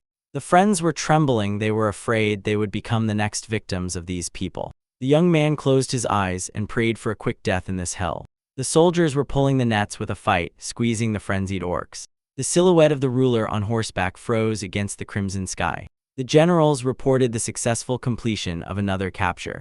The emperor authoritatively called Yuru through the visor. The general responded instantly, stumbling over his words from fear. The ruler coldly asked if he intended to pull the captives himself. He was infuriated by the sight of unconscious freaks who had turned into ballast. Cold sweat appeared on Yuru. He did not know how to justify the failure. A harsh order arrived, to take the captives because it is the general's duty. While Yuru begged for mercy, his comrade mocked his ineptitude. The monarch's gaze fixed on Yuru, and his excitement instantly faded. Attention was drawn to the torn ropes lying right under the hooves. The emperor cut in. Nets are needed for fish, not for giant pigs. The punishment was swift. The squad was left without food until the gear was restored. Yuru screamed in despair, but it was already too late. The commander dashed away in the rays of the setting sun. A vein pulsed on the ruler's forehead from irritation. The subordinates were dull. The endless army of Goguryeo rose before the walls of the unfamiliar fortress. The guards waited in panic for the enemy's punitive squad. The defenders trembled, peeking out from behind wooden stakes. The infantry ranks marched in perfect synchronization, demonstrating steel will. The leader rushed forward through the ranks, which respectfully parted. The commander of the fortress Million Sailor flinched, sensing the scale of the threat. The clatter of heavy armor inexorably approached the walls. The emperor's formidable gaze emitted icy cold. The vanguard stopped before the gate, raising clouds of dust. The officer authoritatively demanded that the one who holds power here come out. The peasants and the guard found themselves face to face with their own death. Million Sailor surged forward, overcoming paralysis. He officially named the fortress commander. The voice trembled, but the warrior held the spear to the last. The emperor pronounced his name again, as if tasting it. The answer was brief: he came to seize this place. A wave of panic covered the crowd of civilians behind the walls. Million admitted powerlessness. Such an army could reduce them to dust. Despite the horror, he dared to ask the last question. The boy shouted to the sky, "Whose army is this and who stands behind it?" A barely noticeable predator's smile appeared on the ruler's lips. The blue flag of Goguryeo spread its wings over the battlefield. The monarch's voice thundered the name of the great empire. Thousands of spears rose up under the fiery roar of the troops. The psychological pressure became unbearable for the handful of defenders. The last hope faded in the eyes of the destitute people. The ruler's fist, with one blow, instantly silenced the multi-thousand crowd. He offered Million the path of the warrior and the true science of battle. The defender flared up with indignation, seeing no difference between himself and the tyrant nobles. The pain of slavery forced the mercenary to prowl only in phantom freedom. Bloody scenes of endless internecine strife flashed before his eyes. In memories, the cynical meat grinder surfaced again, where only the rich survived. The aristocrats smiled, while ordinary soldiers died for their whims. The emperor listened to this monologue without removing the mask of severity. For Million, any ruler was only the master of a new whip. The monarch's eye flashed. He sharply contradicted this despair. He swore, at the cost of battles, their families would gain eternal peace. Million received the right of choice. Everything depended on him. The peasants froze between promised freedom and habitual death. The weight of this moment made the fortress commander hold his breath.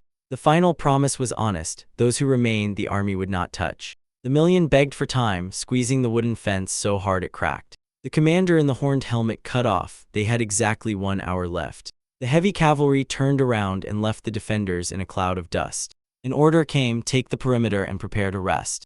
The mercenary needed only one glance to understand. He had never seen such an army. The black eyes and pale skin of the warriors made them foreigners on this continent. No country in the world forged armor for riders, but Goguryeo did. The Million imagined the steel horse crushing an orc with a single hoof strike. A shadow of doubt fell on the veteran's face as the monsters died in his memory. The voice of young Nell pulled him out of heavy thoughts. The boy trembled, not understanding what to do in this hopeless situation. He reminded Million of his glorious past back in the times of the Imperial War. The veteran's profile darkened under the burden of responsibility for the peasants' lives. Nell compared the strangers to the infantry of Amory, considered the strongest in the world. Rows of iron knights rose before his eyes, but the answer turned out to be bitter. Million cut in. This is not the Empire, this is something much more terrible. He tightened his spear, feeling the full illogicality of the unknown enemy's demands. No country had any reason to venture so far for a handful of poor people. Suddenly, the shout of a familiar name made the mercenary's heart clench. From the field to the barricades rushed Veron and Hawk, survivors of the bloody slaughter. Million could not believe his eyes, demanding explanations of where they had come from. There was only one question: who were these heavily armed people hiding behind them? Veron smiled. They were old friends from his hunting days. A mustached peasant looked at the arrivals with distrust, tensely waiting for a trick. Nell demanded the truth about where this mighty military machine came from. The formation of warriors stood firm. It had nothing to do with the Heian Guard. Veron announced the cruel news: the old army no longer existed. He stated that this new force had become their true salvation. The peasants' faces stretched complete, silent shock.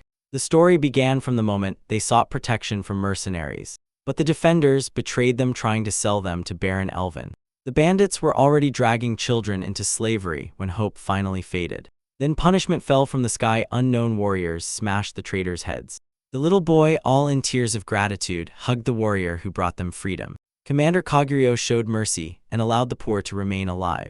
The crowd erupted with joy, believing in the promised safety under the new flag.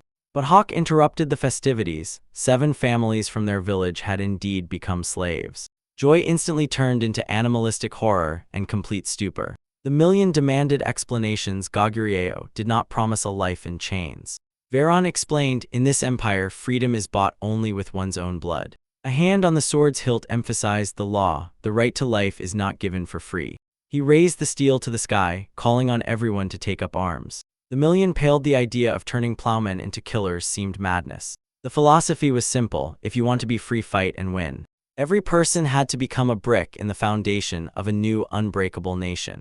They were instilled with one thing: the courage to sacrifice life for oneself. Veron concluded, that is why the mercenary had to hold his sword firmly. A Million watched the spears, seeing in their weapons for the peasants only unconditional suicide. He remembered how he fought for gold, never seeking a higher purpose in war. The mustached peasant stared in horror at the crimson horizon of an unknown land. Veron and Hawk answered proudly, this is the place where death was placed in everyone's hands. The light-haired warrior confirmed, they are near the central lake in the Legenzi Mountains. The peasants froze in silent shock before the grandeur of the legendary reservoir.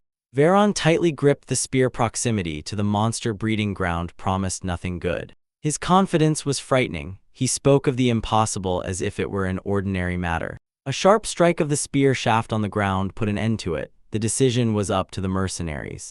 A heavy pause hung in the air, broken only by the warriors' heavy breathing. The warning was harsh. The monsters had begun migration, and the village was once again under threat. 2 fighters disappeared into the glow of the crimson sunset, leaving the people alone with their choice. The figure of Verona radiated unwavering faith among the confused crowd.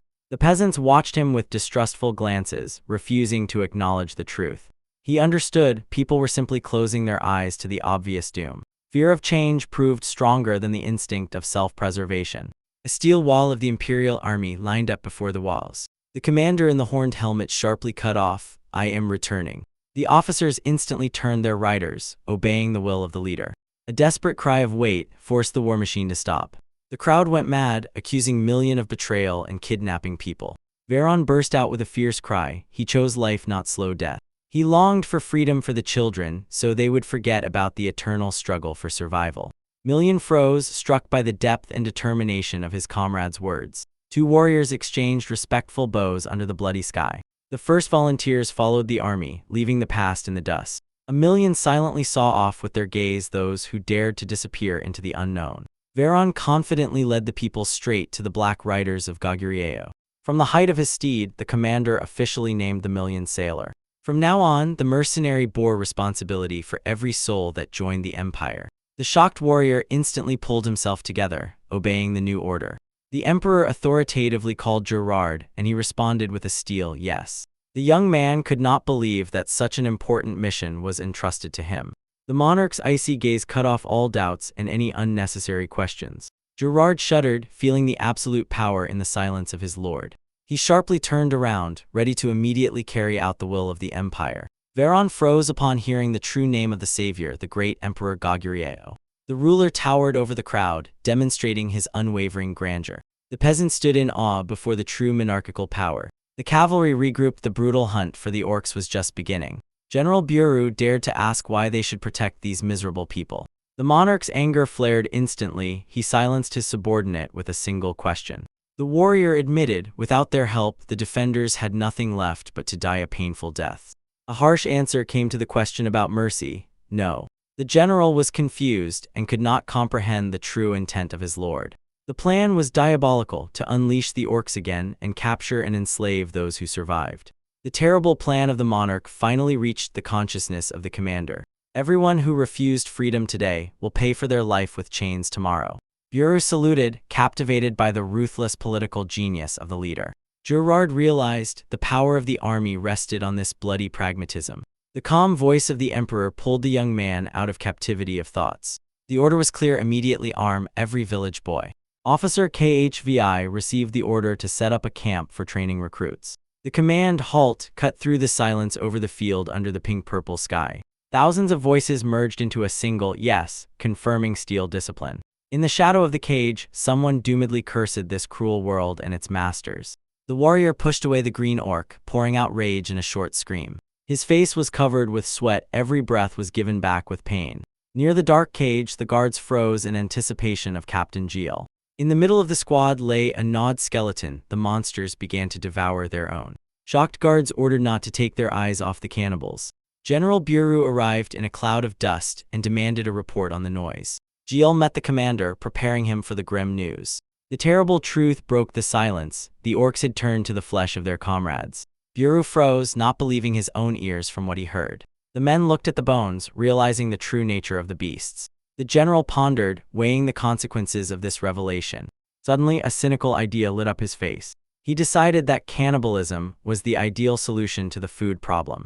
The captain was stunned by the proposal to feed slaves with their own relatives. Geel feared that such a diet crossed the line even for monsters. Buru passed by a corpse, acknowledging the inevitable cruelty of the world. He lifted the skull, proving, death at work is no better than eating. The captain tried to object, but the general silenced him with a single glance. The boundary of morality disappeared when one beast decided to devour another. The young man looked at the mentor in confusion, shuddering at his logic. Buru ironically reminded about the rumors, saying these creatures can talk. He mocked the idea of the beast's intelligence, which had no human traits. The captain faltered, oppressed by the commander's iron arguments. The skull ended up right before Geel's eyes as proof of the orc's animal nature. A rational being would not start eating a comrade over one missed meal. Geel admitted the monster's behavior had nothing to do with human logic. Cannibalism proved the always lived by the laws of a wild pack. The captain finally grasped the terrible truth of his mentor's words. The skull tore off from the pile of bones, putting a full stop to this dispute. The general inquired what kind of monsters people themselves looked like to their slaves. He advised not to measure someone else's nature by human standards. Life demanded sacrifices, and the shortage of food dictated its own rules. The army simply adapted to the natural order of beasts. Satisfied with his speech, Buru sent the subordinate back to the ranks. The creak of the gate signaled the heavy conversation was over. Jiel was left alone with doubts that tore his soul to pieces. Every word of the mentor seemed logical, yet deeply wrong. Buru walked away, proud of his own persuasiveness. An endless steel wave of troops was lining up on the plain. The ruler in the horned helmet demanded a report on readiness. The generals swore allegiance and are ready to carry out any will. The emperor ordered Gerard to teach the youth to stay away from real blood. The knight accepted the task, becoming a shield for the future generation. The monarch cared about the comfort of families so that the recruits would fight more fiercely. The generals received the order to instill divine awe in the hearts of their subordinates. In case of failure, the command came, only complete annihilation of the enemy. Khvigaram dared to stop the march with his remark. The emperor dismounted the horse and waited for the officer's report. The shortage of labor threatened the transportation of the fleet. Other commanders supported the fears about logistical hell. The monarch remembered the 20 boars they were devoured by their own pack. Yuru trembled, trying to justify the hunger of the monster. Buru did not lose a single slave, and this alone only fueled the ruler's anger. Yuru bowed his head in shame, feeling the mockery of his comrades. The emperor calmly moved on to solving the problem. He threw out a cynical solution: to start breeding orcs independently. The warriors were stunned by the madness they heard. The emperor voiced a cynical plan: to breed orcs like livestock for labor. The soldiers timidly objected, pitying the young monsters. Under the monarch's icy gaze, she instantly obeyed the order. The commander inquired how exactly to organize this wild farm. The answer came coldly: aphrodisiacs and general herds. The plan was accepted without unnecessary words. The ruler gave the order to advance immediately. Heavy cavalry surged forward, raising clouds of dust. The Goguryeo army crashed into the horde, tearing through barricades. Green-skinned monsters charged forward in bestial fury. An orc slammed a warrior into the wall, shattering the wood into splinters. A giant loomed over the blonde fighter, preparing a deadly blow. Lightning-fast steel sliced the creature's snout. Black blood flooded the ground. Goguryeo riders cut through the meat grinder, not stopping for a moment. The cavalry mercilessly crushed enemies, pressing them into the mud. Steel steeds turned orcs into a bloody mess. The narrator noted, villages fell one after another, and the number of captives only grew. New citizens fought fiercely shoulder to shoulder with the regular army. Former farmers rapidly mastered the art of professional killing. Those who renounced citizenship felt the weight of chains upon themselves. A column of 10,000 souls stretched all the way to the very horizon. The emperor watched his growing power against the backdrop of eternal mountains. Goguryeo transformed into a mighty state with a population of 14,000. The sky cleared, giving a brief pause after the great massacre. Knights in blue cloaks rode into the ancient city of Heian. The townspeople fell prostrate and froze in fear before the authority. The red-haired Baron of Highland confidently rode through the submissive crowd. Rumors circulated that he hunted those who helped the poor with grain. Frightened glances saw off the riders in oppressive silence. The people knew this visit would only complicate their already hard lives. The White Palace flared up in the rays of the setting sun. The Baron demanded new taxes, soldiers, and young maidservants. His gaze emitted only cold and boundless superiority. The next order was the urgent summoning of all the city's merchants. The officer humbly accepted the order of his lord. The leader headed to the main gates alone. He despised daredevils who in the mountains were turned into monster food. He was interested only in abandoned houses and the gold of the dead who must perish. The Baron decided to personally investigate the situation in the mountainous region of Leganzi. From the shadow of the columns, a mysterious spy watched him relentlessly. In another fortress, Rizal swore allegiance to the emperor. The monarch demanded full disclosure of information about the ancient kingdom of Heian. The elder bent over the scrolls, raising his fingers to the moment when he would finally unfold forgotten secrets. Heian turned out to be the cradle of the world with an 8,000-year history. The ruler was surprised how such a mighty land could turn into ruins. Books about those times were declared forbidden under the threat of death. Legends told of gods who descended to the center of the world Leganzu. It was there that the first human civilizations originated. History reminded the emperor of his native myth about the founding of Pektal. The question about the true reason for the ban on chronicles hung in the air. The Hanizia Empire simply wiped out competitors to rule over memory forever. The ruler felt disgust at such a low and vile political game. Rizal summarized, world history was based on a great lie of powerful empires. Bloody battles for centuries turned Hayden into a cemetery of empires. The elder recalled two great wars that tore these lands to pieces. Hanezia and Sledja alternately strangled the land with endless occupation. The young ruler admitted their freedom was only a temporary agreement of enemies. He unrolled the scroll and revealed a detailed strategic map of the continent. The advisor fell silent. The monarch personally drew all the borders and troop positions. The map in trembling hands looked like a true priceless treasure. The elder suspected theft by Gerard, imagining his desperate tears. A commanding gesture pointed to Hayden. The ruler demanded a full analysis. The sage's finger froze on a key point of the ancient parchment. The country was squeezed by 3 empires. It was destined to endure pressure forever. But south of the mountains, entry was strictly forbidden even to the strongest. The youth's gaze sharply narrowed. He demanded to name the reason for this obstacle. Thousands of dragons ruled there who did not tolerate human presence. The monarch cold-bloodedly received the news about the deadly forest of dragons. The elder quietly confirmed the lizards did not forgive invasions. Then the ruler's hand confidently rested on the map. This is our land. The advisor could not believe his own ears at such a mad plan. He begged to come to his senses. The lizards' lairs were pure suicide. The young man asked, if the pact exists, why does the people still pay tribute in blood? The money turned out to be a legal way to rob the land without full occupation. 3 regions were handed over to the enemies to be torn apart through a system of concessions. The ruler's anger flared. Let Hayden just swallow this humiliation. The nobles profited from trade, while the country turned into a thoroughfare. The elder painfully admitted, honor was sold for gold. It became clear Baron Elvin came only for the final plundering of the peasants. A gloomy confirmation recorded this bitter truth. The monarch stated the power betrayed the people, turning the country into rot. The verdict was engraved on the map. The nobility completely forgot about their duty. At the pier, work was bustling under the supervision of heavy warships. The ruler demanded a report on the fleet's readiness for a major sortie. Bureau continued breeding orcs, but there was still not enough strength for the army. The monarch noticed a suspicious joy on Gerard's face. He sarcastically assured that he was only deeply upset by the delay. The young man hurried to distract the master with a new development by Master Chan.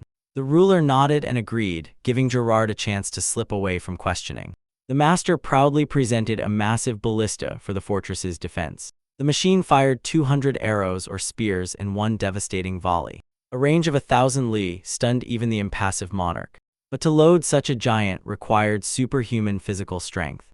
The engineers found a replacement for oxen. This intrigued the ruler. The old master was preparing to reveal his main tactical trump card. He assured the young specimens are perfect slaves, easy to tame. It was easier to handle the smaller ones, and the monarch silently nodded. An order was given, immediately demonstrate the ballista in real combat. Jan Mu received the leader's directive in a military manner. The operators froze, awaiting the command for the first volley. The soldiers watched as young orcs dragged the heavy mechanism to the ballista. For the promised meat, the beasts joyfully clung to the wooden levers. The command, hold firm, tore through the air. The orcs were preparing to draw the bowstring. With heavy grunts, the monsters pushed the beam, straining against the resistance of the wood. The rope creaked as it wound onto the spool, accumulating deadly force. Sweat ran down the orcs' backs as the mechanism creaked under tension. A metallic click securely fixed the drawn steel. The officer shouted a loud order, load the weapon immediately. The bearded men skillfully placed the box filled with dozens of sharp arrows.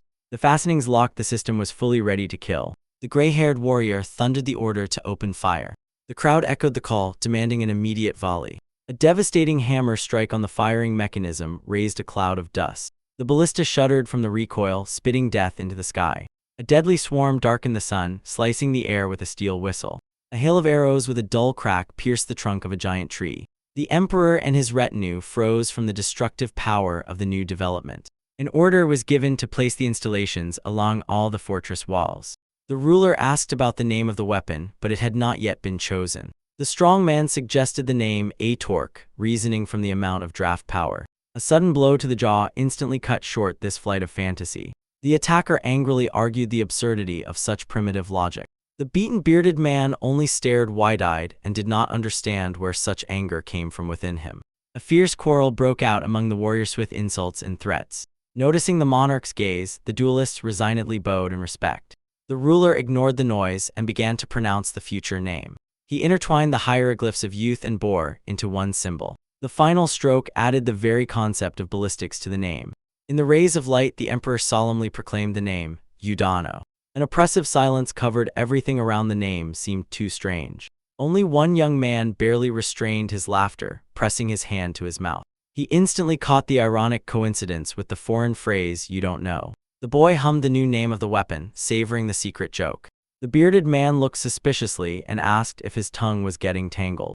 In response, the young man shouted, "Shut up," shocking the naive warrior. He lied that it was a Western call to cheer up and smile.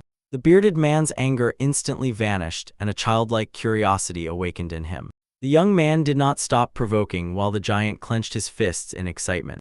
Both laughed, scattering insults that sounded almost like greetings. The deceived warrior rushed about, dancing with joy. The young man was left alone with his triumph, savoring the perfect moment. In the throne room, the young man reported to the ruler and the numerous retinue.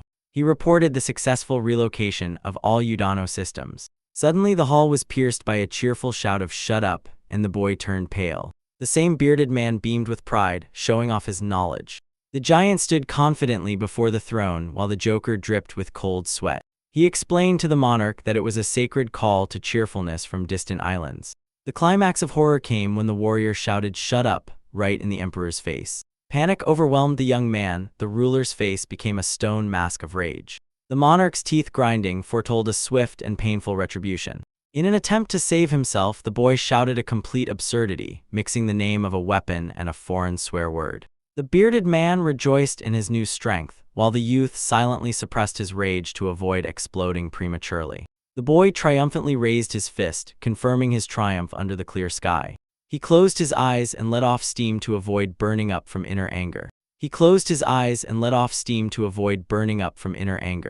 general curiously twisted the ornament before the throne, not understanding its value. The blue stone firmly gripped the warrior's thick finger, not understanding its value. Tension reached its limit. One was drenched in sweat, the other gloomily studied the artifact. The ominous whisper, "You don't know," sounded like a death sentence. The general's gaze became devastating, and his voice much more confident. The silence was shattered by a deafening scream, "Shut up." The boy nervously smiled, trying timidly to calm the enraged beast. Psychological pressure became unbearable. He rushed to flee past the guards. The escape was cut off instantly. A mighty hand grabbed the fugitive's hair. A devastating kick threw the young man back, knocking the last air out of him. The general's fist was already raised for the final reckoning. The doors open. Scouts brought news about Elvin's squad. The fallen victim screamed painfully under the weight of the enraged commander. Bureau promised to deal with him later and turned his attention to the messengers. The envoys hurriedly rushed to the throne across the entire hall. The guards fell to their knees, reporting the appearance of Baron Levian. The army of knights was already breaking through in the pouring rain to the shores of the lake. The general thirsted for blood, demanding 100 fighters for an instant slaughter. The advisor in the hat timely cut off this senseless impulse. He calculated every step. The enemies were looking for the cause of Elvin's death. The death of the investigators could have brought down the full might of the kingdom of Heian upon them. Bureau froze, not believing that the empire was forced to act so cautiously. Cold sweat blurred the warrior's eyes before the threat of a large-scale war. The desperate shout of the general broke the silence of the throne room. The emperor admitted they had truly underestimated Heian's vigilance. The lake was the heart of their country. They could not leave it. The decision was one to stay and erase all traces of their presence. A heavy silence covered everyone as they awaited further instructions. The advisor stepped forward and prepared his strategic move. The monarch waited with interest for the unveiling of the new plan. The trek was based on using the features of the local landscape. The column of Baron Levian's heavy cavalry silently pushed through the downpour. Scouts in blue cloaks cautiously prowled in the night thickets. One of them froze, hearing a suspicious rustle in the bushes. The partner made the squad hold their breath and freeze in complete silence. Loaded crossbows were aimed at every shadow around. But only a wounded, timid deer peeked out from the thickets. The soldiers relaxed. They saw no danger in the animal. The warriors decided to catch the beast to make a gift for their lord. The deer's movements were heavy and full of pain. A joyful exclamation confirmed the suspicion. The animal's leg was broken. At that moment, an orc's snout with a bloody smile emerged from the darkness. A mighty club crushed the scout, pressing him into the ground. A pack of monsters exploded with a roar and rushed at the bewildered people. The baron felt danger and sharply jerked the warhorse, stopping it on the spot. The order, "Halt," instantly tore through the column with a shout. The infantry turned pale. The forest shimmered with enraged orcs. The riders reached for their weapons, not understanding why the attack had begun. The path that seemed safe suddenly turned into a deadly trap. Baron Levian cursed under the downpour, pressing his sword to the guide's neck. He promised to feed the peasant to the beasts if the squad fell into the trap. Sensing the threat, the leader ordered the infantry to immediately close the flanks. Soldiers clad in steel synchronously moved into formation under the rumble of rain.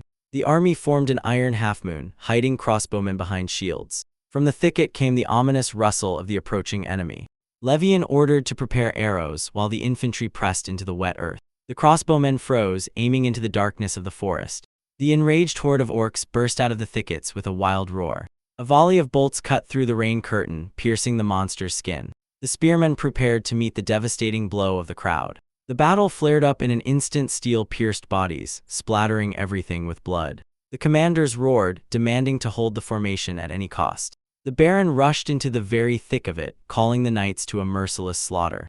His sword danced, knocking off heads and cutting open the chests of the monsters. The men praised the skill of their lord, breaking their way through flesh. The cavalry trampled the orcs into the mud, turning the field into bloody chaos. The grim triumphant stood over the corpses, reveling in the swift victory. And the joy turned into horror. Giant horned figures emerged from the shadows. The red minotaur led the assault and shattered the knights' confidence. A herd of muscular giants surged towards the people like a living mountain. A deadly something whistled through the rainforest and flew through it. The rumble of heavy footsteps announced the arrival of a new predator. The blue minotaur roared, baring fangs under the blows of the downpour. The beast was on a leash. A mysterious warrior held the monster by a nose ring. General Yuru cold-bloodedly watched the slaughter, waiting for his moment. The minotaurs broke through the defensive lines, sowing animal panic. An apocalypse of muscle and horns pressed the soldiers like insects. The Legenzi Mountains became the perfect trap for the Kayan army. Yuru restrained the beast's fury, watching for the perfect moment to strike. His predatory gaze foretold only death and destruction. Scout Kaguryo quietly reported on the movement of the surviving enemies. General Khwi smiled maliciously, praising the genius of his plan. In the throne room, the strategist revealed the essence of using the geography of the mountains. The emperor carefully studied the features of this hidden trap. The kingdom's law did not work here. These forests teemed with uncontrollable monsters. The guide vainly tried to explain to the Baron the reason for the sudden attack. The advisor explained the detachment was deliberately lured into the beast's lair. The controlled monsters were to become instruments of imperial justice. The strategist finished the report, calculating every detail of the meat grinder. General Buru feared losing valuable slaves for the sake of this game. The advisor's icy gaze made him immediately fall silent. Buru spoke later, as soon as he realized the weight of imperial priorities. But there was still one more, the most important nuance in the strategy. The monarch demanded to know what the true goal the strategist pursued was. Baron Levian had to be kept alive at any cost. The generals did not understand why to spare the enemy's life. Khvi explained, the Baron's death would summon a real, devastating army here. It was better to scare him to death so that he would forever forget the way to these mountains. The emperor praised Khvi, reproaching the elder Buru for narrow-mindedness. Yuru began mocking his brother, provoking a new quarrel. The advisor cut off the altercation, reminding about the importance of state affairs. Yuru continued shouting, trying to assert his correctness. The monarch's icy gaze instantly stopped any noise. The giants obediently fell silent, trembling with the fury of their emperor.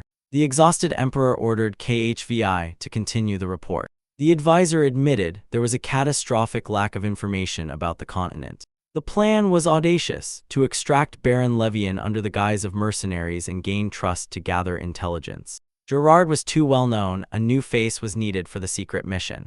Khvi suggested finding someone from the lower ranks, someone who had not yet become familiar to the enemies. In the rainy forest, young Kavirian heard the contemptuous, "Hey, liar." General Buru emerged from the shadows, releasing fury and strength. The giant caught the axe, mocking the audacity of the puppy. The youth panicked, begging for respect before his new subordinates. He pompously declared himself a general and beat his chest with pride. Buru only laughed loudly, looking at these childish ambitions. In memories, Kavirian bowed before the throne, accepting the will of the monarch. The order struck like a blow. The emperor appointed him general on the spot. Even the experienced Buru widened his eyes at such a sudden promotion. The young man accepted the post, trembling under the heavy gaze of the giant. In memory, Buru's cry still echoed, "If you fail, we'll bury you alive." In reality, the general unexpectedly apologized for his own rudeness. He acknowledged the boy's new status, hiding a cunning smile. A massive hand lay on the shoulder. The path ahead promised to be bloody. Kavirian felt unusual warmth and care in the mentor's words. The young man believed, behind Buru's rough shell hides the heart of a true leader. He swore to return with victory and, bowing farewell, stepped away. The general said dryly, "Take care of yourself." The blue cloak swished in the air. Mount moved into the depths of the forest. Buru watched the squad with his gaze, whispering instructions before departure. But the final general liar instantly destroyed all the magic of the moment. Laughter spread through the forest, and the young man shuddered with indignation. Kavirian cursed everything in the world, gripping the sword's hilt so hard it almost cracked.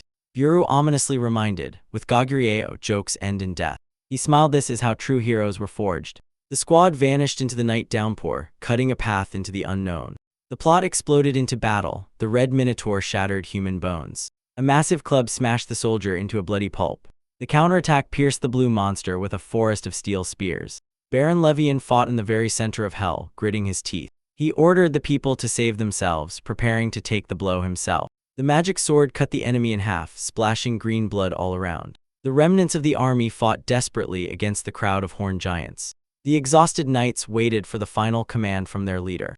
The last order sounded clearly: kill the minotaurs. Levian was the first to rush into the attack, cutting through the wall of rain.